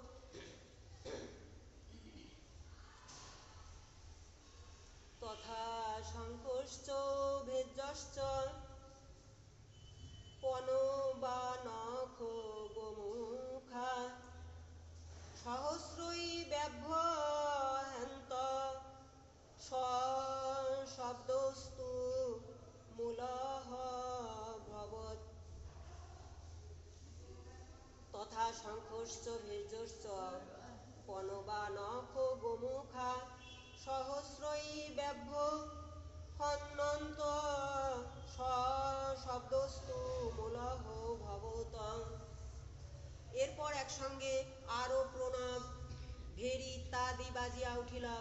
মোহরূপ অন্ধকার আরো ঘন কুয়াশায় ঢেকে গেল। মহাভয়ঙ্কর বাদ্য বাজিয়া উঠিল। তারপরই বাজিয়া উঠিল পূর্ণময় প্রবৃত্তির সুমধুর ধ্বনিময় বাদ্যযন্ত্র। ঘোষণাটি যোগেশ্বর শ্রীকৃষ্ণই করলেন। সুমধুর বাদ্যধ্বনি কে করলেন? ভগবান শ্রীকৃষ্ণ, শ্রীহরি। শ্লোক। তত শ্রেত্তৈ হয়েষু যুক্তে মহতি সন্দনে স্থিত মাধব পাণ্ডবাশ্চৈব দিব্যৌ শঙ্খৌ প্রদত্ত ধ্যাত্ততু। অতঃপর শ্বেত অশ্বযুক্ত, যাহাতে কালিমা বা কোনো দোষ ছিল না, শ্বেত বর্ণ সাত্ত্বিক এবং নির্মলতার প্রতীক যে দিব্য শঙ্খ, সেই দিব্য রথে বসিয়া শ্রীকৃষ্ণ এবং অর্জুন অলৌকিক শঙ্খ বাজালেন। অলৌকিক দুটি শঙ্খ বাজালেন। পারলৌকিক পারমার্থিক মঙ্গল ঘোষণা করিলেন তাহাতে। পারলৌকিক এবং পারমার্থিক মঙ্গল ঘোষণা করিলেন। ইহাতে ভয়ঙ্কর কম্পন স্তিমিত হল।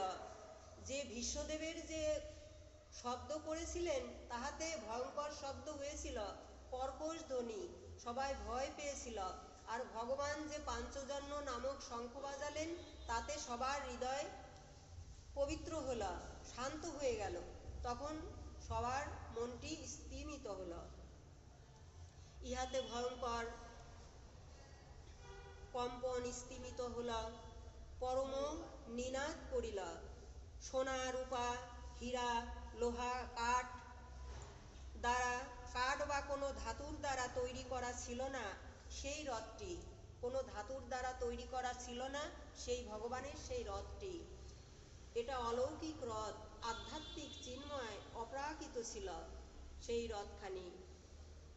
রথের সব কিছু ব্রহ্মলোকের সাথে সম্পর্ক স্থাপনা করিবার নিমন্ত্রণ দিলেন। এই বাদ্যধ্বনি ব্রহ্মলোকের সাথে সম্পর্ক করিবার জন্য নিমন্ত্রণ দিলেন। পাঞ্চজন্যং ঋষিকেশ দেবদত্তং ধনঞ্জয় পৌণ্ডং দদ্ধৌ মহাশঙ্খং ভীমকর্মা বিকোদর। ঋষিকেশ পাঞ্চজন্য শঙ্খ বাজালেন। পঞ্চ আঠা জড়িয়ে শব্দ স্পর্শ রূপ রস গন্ধ চক্ষু কর্ণ নাসিকা মুখ পঞ্চ জ্ঞানেন্দ্রিয় ভয়ঙ্কর সমূহ এই পঞ্চ জ্ঞানেন্দ্রিয়কে সংযত করে সেবকের শ্রেণীতে দাঁড় করালেন। শিষ্যেস্থেন সাধিমাম। অর্জুন বলছেন যে শিষ্যেস্থেন সাধিমাম, হে ভগবান, আমি আপনার শিষ্য এবং শরণাগত। আমাকে আপনি আপনার সৎ উপদেশের দ্বারায় আমাকে রক্ষা করুন। ভগবান, আমি আপনার শিষ্য শরণাগত, তাই সৎ উপদেশ ভিক্ষা দিন। দেবদত্তম ধনঞ্জয়। বিরহ বৈরাগ্য ও অশ্রুপাতি অনুরাগী হলেন অর্জুন। গদ গদ গীরা নয়নে বহে নীরা। এই গদ গদ গীরা এবং নয়নে বহে নীরা ইহা আত্মিক সম্পত্তি। যাহার ভগবানের কথা বলতে গেলে যাহার কণ্ঠস্বর গদগদ ভাবের আবেগে ভরে যায়, গদগদ হয়ে যায়, কণ্ঠস্বর রুদ্ধ হয়ে যায়, আর নয়নে ভগবানের জন্য ভগবানের প্রেমে আপ্লুত হয়ে এই মনটি যখন কাঁদে, নয়নের পথে বাড়ি বর্ষণ হয়, তখনই ভগবানের কৃপা হয়। সেজন্য বললেন যে গদ গদ গীরা আর নয়নে বহে নীরা। নীর মানে জল। তো ঘোর কর্মা বিকদর পৌণ্ড নামক শঙ্খ বাজালেন। বিকদর পৌণ্ড নামক শঙ্খ বাজালেন। তো গদ গদ গীরা নয়নে বহে নীরা, ইহাই হলো আত্মিক সম্পত্তি। ঘোর কর্মা বিকদর পৌণ্ড নামক শঙ্খ বাজালেন। বিকদর বাজালেন পৌণ্ড নামক শঙ্খ। মহাভাবের স্থান হৃদয়, তাই নাম বিকদর। ক্ষুধা তৃষ্ণা ময় তিনি প্রীতি নামক শঙ্খ বাজালেন। প্রীতি মানে পৌণ্ড নামক শঙ্খ বাজালেন। প্রীতি ভাবের উদয়, ভাবের বহিঃপ্রকাশ। ভীম বাজালেন প্রীতি নামক পৌণ্ড নামক শঙ্খ। অনন্ত বিজয় রাজা ধর্মপুত্র যুধিষ্ঠির বাজালেন অনন্ত বিজয় নামক শঙ্খ। কুন্তিপুত্র রাজা যুধিষ্ঠির অনন্ত বিজয় নামক শঙ্খ বাজালেন। কর্তব্য রূপ কুন্তি এবং ধর্মরূপ যুধিষ্ঠির। পরমাত্মায় অনন্ত স্মৃতি বিজড়িত এই অনন্ত বিজয়, তাহাই অনন্ত বিজয়। অনন্ত দুঃখেও বিচলিত হন না যিনি, ধীর স্থির শান্ত, সেই তো যুধিষ্ঠির। নিয়ম রূপ নকুল, সুঘোষ ও সংযম রূপ সহদেব মণিপুষ্পক নামক শঙ্খ বাজালেন। প্রত্যেক শ্বাসকে মণিরূপ আখ্যা দিয়েছেন। সর্বদাই আত্মাতেই লিপ্ত বা চিন্তন ধ্যান সমাধির দ্বারায় যাহার মন নাম কীর্তন শ্রবণ পাঠ এবং এটাই হলো সৎসঙ্গ রূপ সহদেব। বস্তুত আত্মার ধ্বনির সাথে মিলিয়ে চিত্তের ধ্বনি যখন একাকার হয়ে যায়, একত্ব বোধকেই সৎসঙ্গ বলে। কায়ারূপ কাশীরাজ, শিখারূপ শ্রীখণ্ডী ভ্রমরূপ বিশ্বের বিনাশক। ভ্রমকে বিনাশ করলেন এই শ্রীখণ্ডী। সৎ চিন্তা পথে যেতে সাত্ত্বিক সাত্যকী, দ্রুপদ বিরাট দ্রৌপদী সুভদ্রা পুত্র সকলেই মহারথী। এদের মহাধ্বনিতে আকাশ বাতাস পৃথিবী তুমুল শব্দে মুখরিত হল। ধৃতরাষ্ট্রপুত্রদের হৃদয় বিদীর্ণ করিল। ভয় প্রকৃতিজাত। মন যখন ভয়যুক্ত হয় তখন এর প্রসার বহুদূর পর্যন্ত বিস্তৃত থাকে, প্রসার লাভ করে। সেনা পাণ্ডব পক্ষেও ছিল, অথচ হৃদয় বিদীর্ণ করিল কৌরবগণের। কেন এমন হল? 8:15। বসেছি কি 7:30 না 7টায় বসেছি? 7:30 আগে হয়েছে। 7:30। 1.5 ঘন্টা হচ্ছে। তাহলে আর অল্প পাঠ করবো। আধা ঘন্টা করবো। আমি চলে যাই। আর কি আধা ঘন্টা পাঠ করবো? হরে কৃষ্ণ। কি বলো সবাই? সবাই চলে গেলে আমরা রাধে রাধে। হরে কৃষ্ণ। অহরহ শুভ শক্তির আগমন হতে থাকলে অশুভ বিনাশের পথে এগিয়ে যায়। তাদের আধিপত্য টেকসই হয় না, ক্ষীণকায় হয়ে যায়। তাই তো ভয় আশঙ্কা বহির্মুখী প্রবৃত্তিগুলি অবাধে প্রসার লাভ করতে পারে না, সেজন্য তাদের ভয় কাজ করে। সংস্কৃত শ্লোক। অথ ব্যবস্থিতাম দিষ্টাম ধাত্তরাষ্ট্রান কপিধ্বজ প্রবৃত্তে শস্ত্র সম্পাদে ধনুরুদ্যম পাণ্ডব। অথ ব্যবস্থিতাম দিষ্টান ধাত্তরাষ্ট্রান কপিধ্বজ প্রবৃত্তে শস্ত্র সম্পাদে ধনুরুদ্যম পাণ্ডব। ঋষিকেশং তদা বাক্য মিদমাহ মহিপতে। আর অল্প একটু পাঠ করে বিশ্রাম দিয়ে দিচ্ছি। সঞ্জয় উবাচ এব মুক্ত ঋষিকেশ গুরাকেশেন ভারত সেনয় রুরয় মধ্যম স্থাপয়িতা রথোত্তম। সংযম রূপ সঞ্জয় বিবেক অজ্ঞানে আবৃত অন্ধমন ধৃতরাষ্ট্রকে বোঝালেন, শুনুন মহারাজ, এই কপিধ্বজ স্বয়ং হনুমান রূপ ধ্বজা। ধ্বজাকে রাষ্ট্রের প্রতীক বলা হয়েছে। ধ্বজাকে রাষ্ট্রের প্রতীক বলা হয়েছে। কপিধ্বজ হলেন, এই কপি সাধারণ বানর নয়, সেই প্রকৃত হনুমান, যিনি সমস্ত মান অপমান নীরবে সহ্য করে সেবা উন্মুখী থাকেন, তিনি হলেন কপিধ্বজ। যিনি সমস্ত সবকিছু নিজের মধ্যে সংযম রূপে হজম করতে পারেন, তিনি হলেন কপিধ্বজ। দেহরূপ পৃথিবীতে অবস্থান করেছেন যে রাজাগণ, তাহাদের সম্মুখে উত্তম রথটি স্থাপন করিয়া বলিলেন, হে পার্থ, প্রকৃত কৌরবগণকে অবলোকন করো। উত্তম রথ কি? যা আমাদের মনটাকে দেহটাকে হাজার অনুকূলতা প্রতিকূলতার মধ্যে টলাতে পারে না, সেই দেহই হলো উত্তম রথ। যে পবিত্র পথে বসে ভগবান গুরু সৎ শুদ্ধ ভজন পথ ও নির্দেশ করেছিলেন, সেটাই হলো উত্তম রথ। সুনিশ্চিত দেহ রথকেই যিনি চলার পথের পাথেও করেছেন, সেটাই হলো উত্তম রথ। হ্যাঁ, রাধে রাধে, ছেড়ে দিচ্ছি। সেই ব্যাপ্ত রথে বসিয়া পার্থ অর্জুন, সেই ব্যাপ্ত রথে বসিয়া শ্রীকৃষ্ণ অর্জুনের উদ্দেশ্যে অনেক কিছু কথা বললেন। এখন আজকের মতো এই পর্যন্তই থাকলো। ভগবান অর্জুনের উদ্দেশ্যে কি বলেছিলেন সেটা আমরা পরবর্তী পাঠে আবার শুনব। পরবর্তীতে এই গীতা পাঠ সম্পূর্ণ রূপে বিশ্রাম দিয়ে তারপরে মাহাত্ম্য পাঠ করে তারপরে আবার আমরা ভাগবতে যাব। তার আগে গীতা পাঠটাই কয়েক অধ্যায় চলবে। রাধে রাধে। জয় জয় শ্রী গীতা প্রেমানন্দে একবার।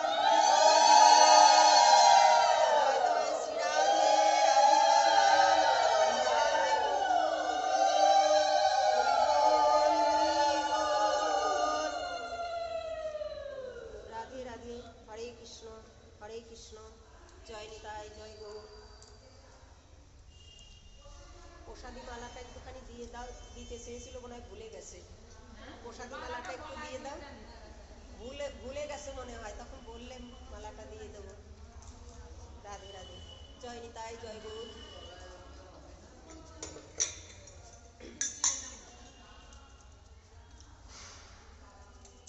দাও দিদি। রাধে রাধে, তাড়াতাড়ি করো। জয় নিতাই, সবাই বাড়ি যাবে। পাঠে বসতে লেট হয়ে গেছে, এরা গোছায়নি আগের থেকে। হরে কৃষ্ণ। জয় নিতাই।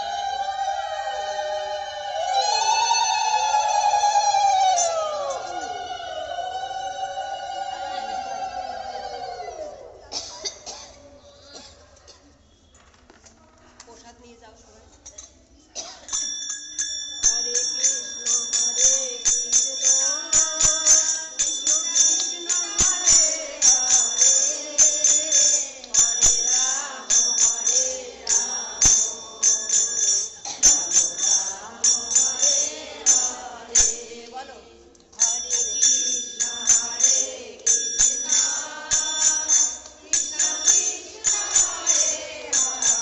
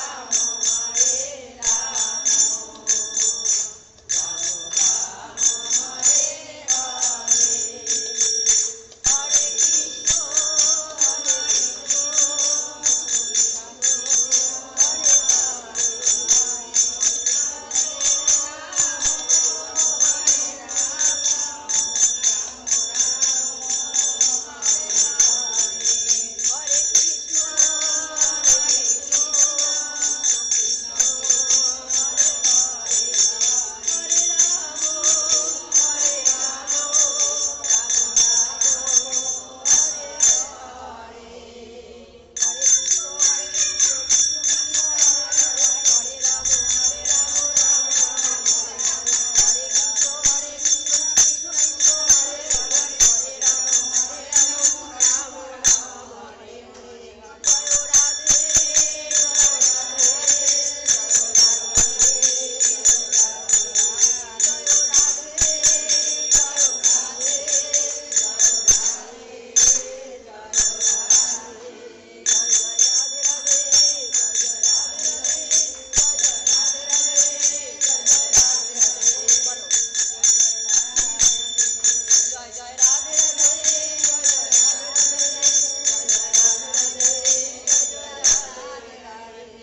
হরে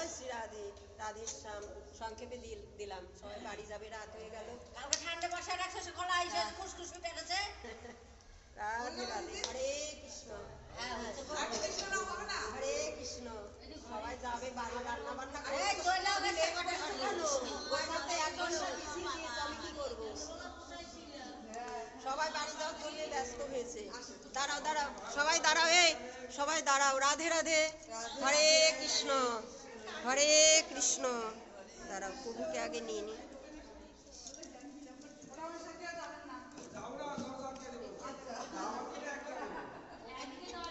রাধে রাধে। এই সবাই দাঁড়াও, সবাই দাঁড়াও, এদিকে দাঁড়াও। দাদা আসেন, আসেন, সামনে আসেন। হরে কৃষ্ণ। রাধে রাধে। দেখা যাক। নিচে বলো রাধে রাধে। হরি বল, হরি বল, হরি বল।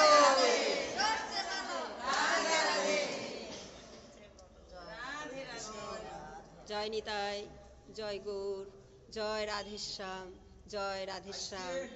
হ্যাঁ, এত সুন্দর মহতি ভাগবত পাঠ অনুষ্ঠানে আজ যিনি আয়োজন করেছেন, যার আলোয় আজকে আয়োজিত হয়েছে, হ্যাঁ। প্রভুর কাছে আমরা প্রার্থনা করি ওরা সুখী হোক, শান্তিতে থাকুক, পরিবার পরিজন নিয়ে হাসি মুখে থাকুক।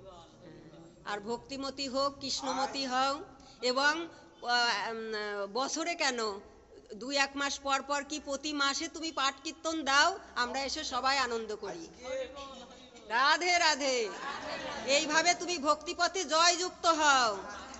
प्रेम से कहो नंद लाला की, श्याम सुंदर की, राधा माधव की, অনন্ত কোটি ভক্ত বৈষ্ণব বৃন্দ কি, আপন আপন শ্রী গুরুদেব কি, আজকের পাঠ কীর্তন কি, যে বাড়িতে পাঠ কীর্তন হলো তাদের সবার মঙ্গল কি, এই গ্রামবাসীর মঙ্গল কি, সমবেত ভক্ত মণ্ডলী কি, আজকের নিত্যানন্দ ত্রয়োদশী কি, ত্রয়োদশী সংযুক্ত পূর্ণিমা তিথিতে যে পাঠ কীর্তন হলো সে জয়গান কি, মহাপ্রসাদ কি, শ্রী প্রভুর সেবা পূজা কি, আনন্দে সেবা গ্রহণ কি, মহাপ্রসাদ কি, মহাপ্রসাদ কি, মহাপ্রসাদ কি, হরিনাম সংকীর্তন কি, গাইয়ে বাজিয়ে কি, রাধে রাধে, রাধে শ্যাম, রাধে শ্যাম, রাধে শ্যাম। দাও এখন এখন প্রসাদ দিয়ে যাও। হ্যাঁ দিদি, দাদা বলেন কিছু। উপস্থিত আয়োজকের শুভ মঙ্গল কামনা করে উপস্থিত ভক্তবৃন্দ, আপনাদের কাছে আমি একটা হিংসা করে যাচ্ছি, আমি একটা প্রমাণ নিয়ে যাচ্ছি।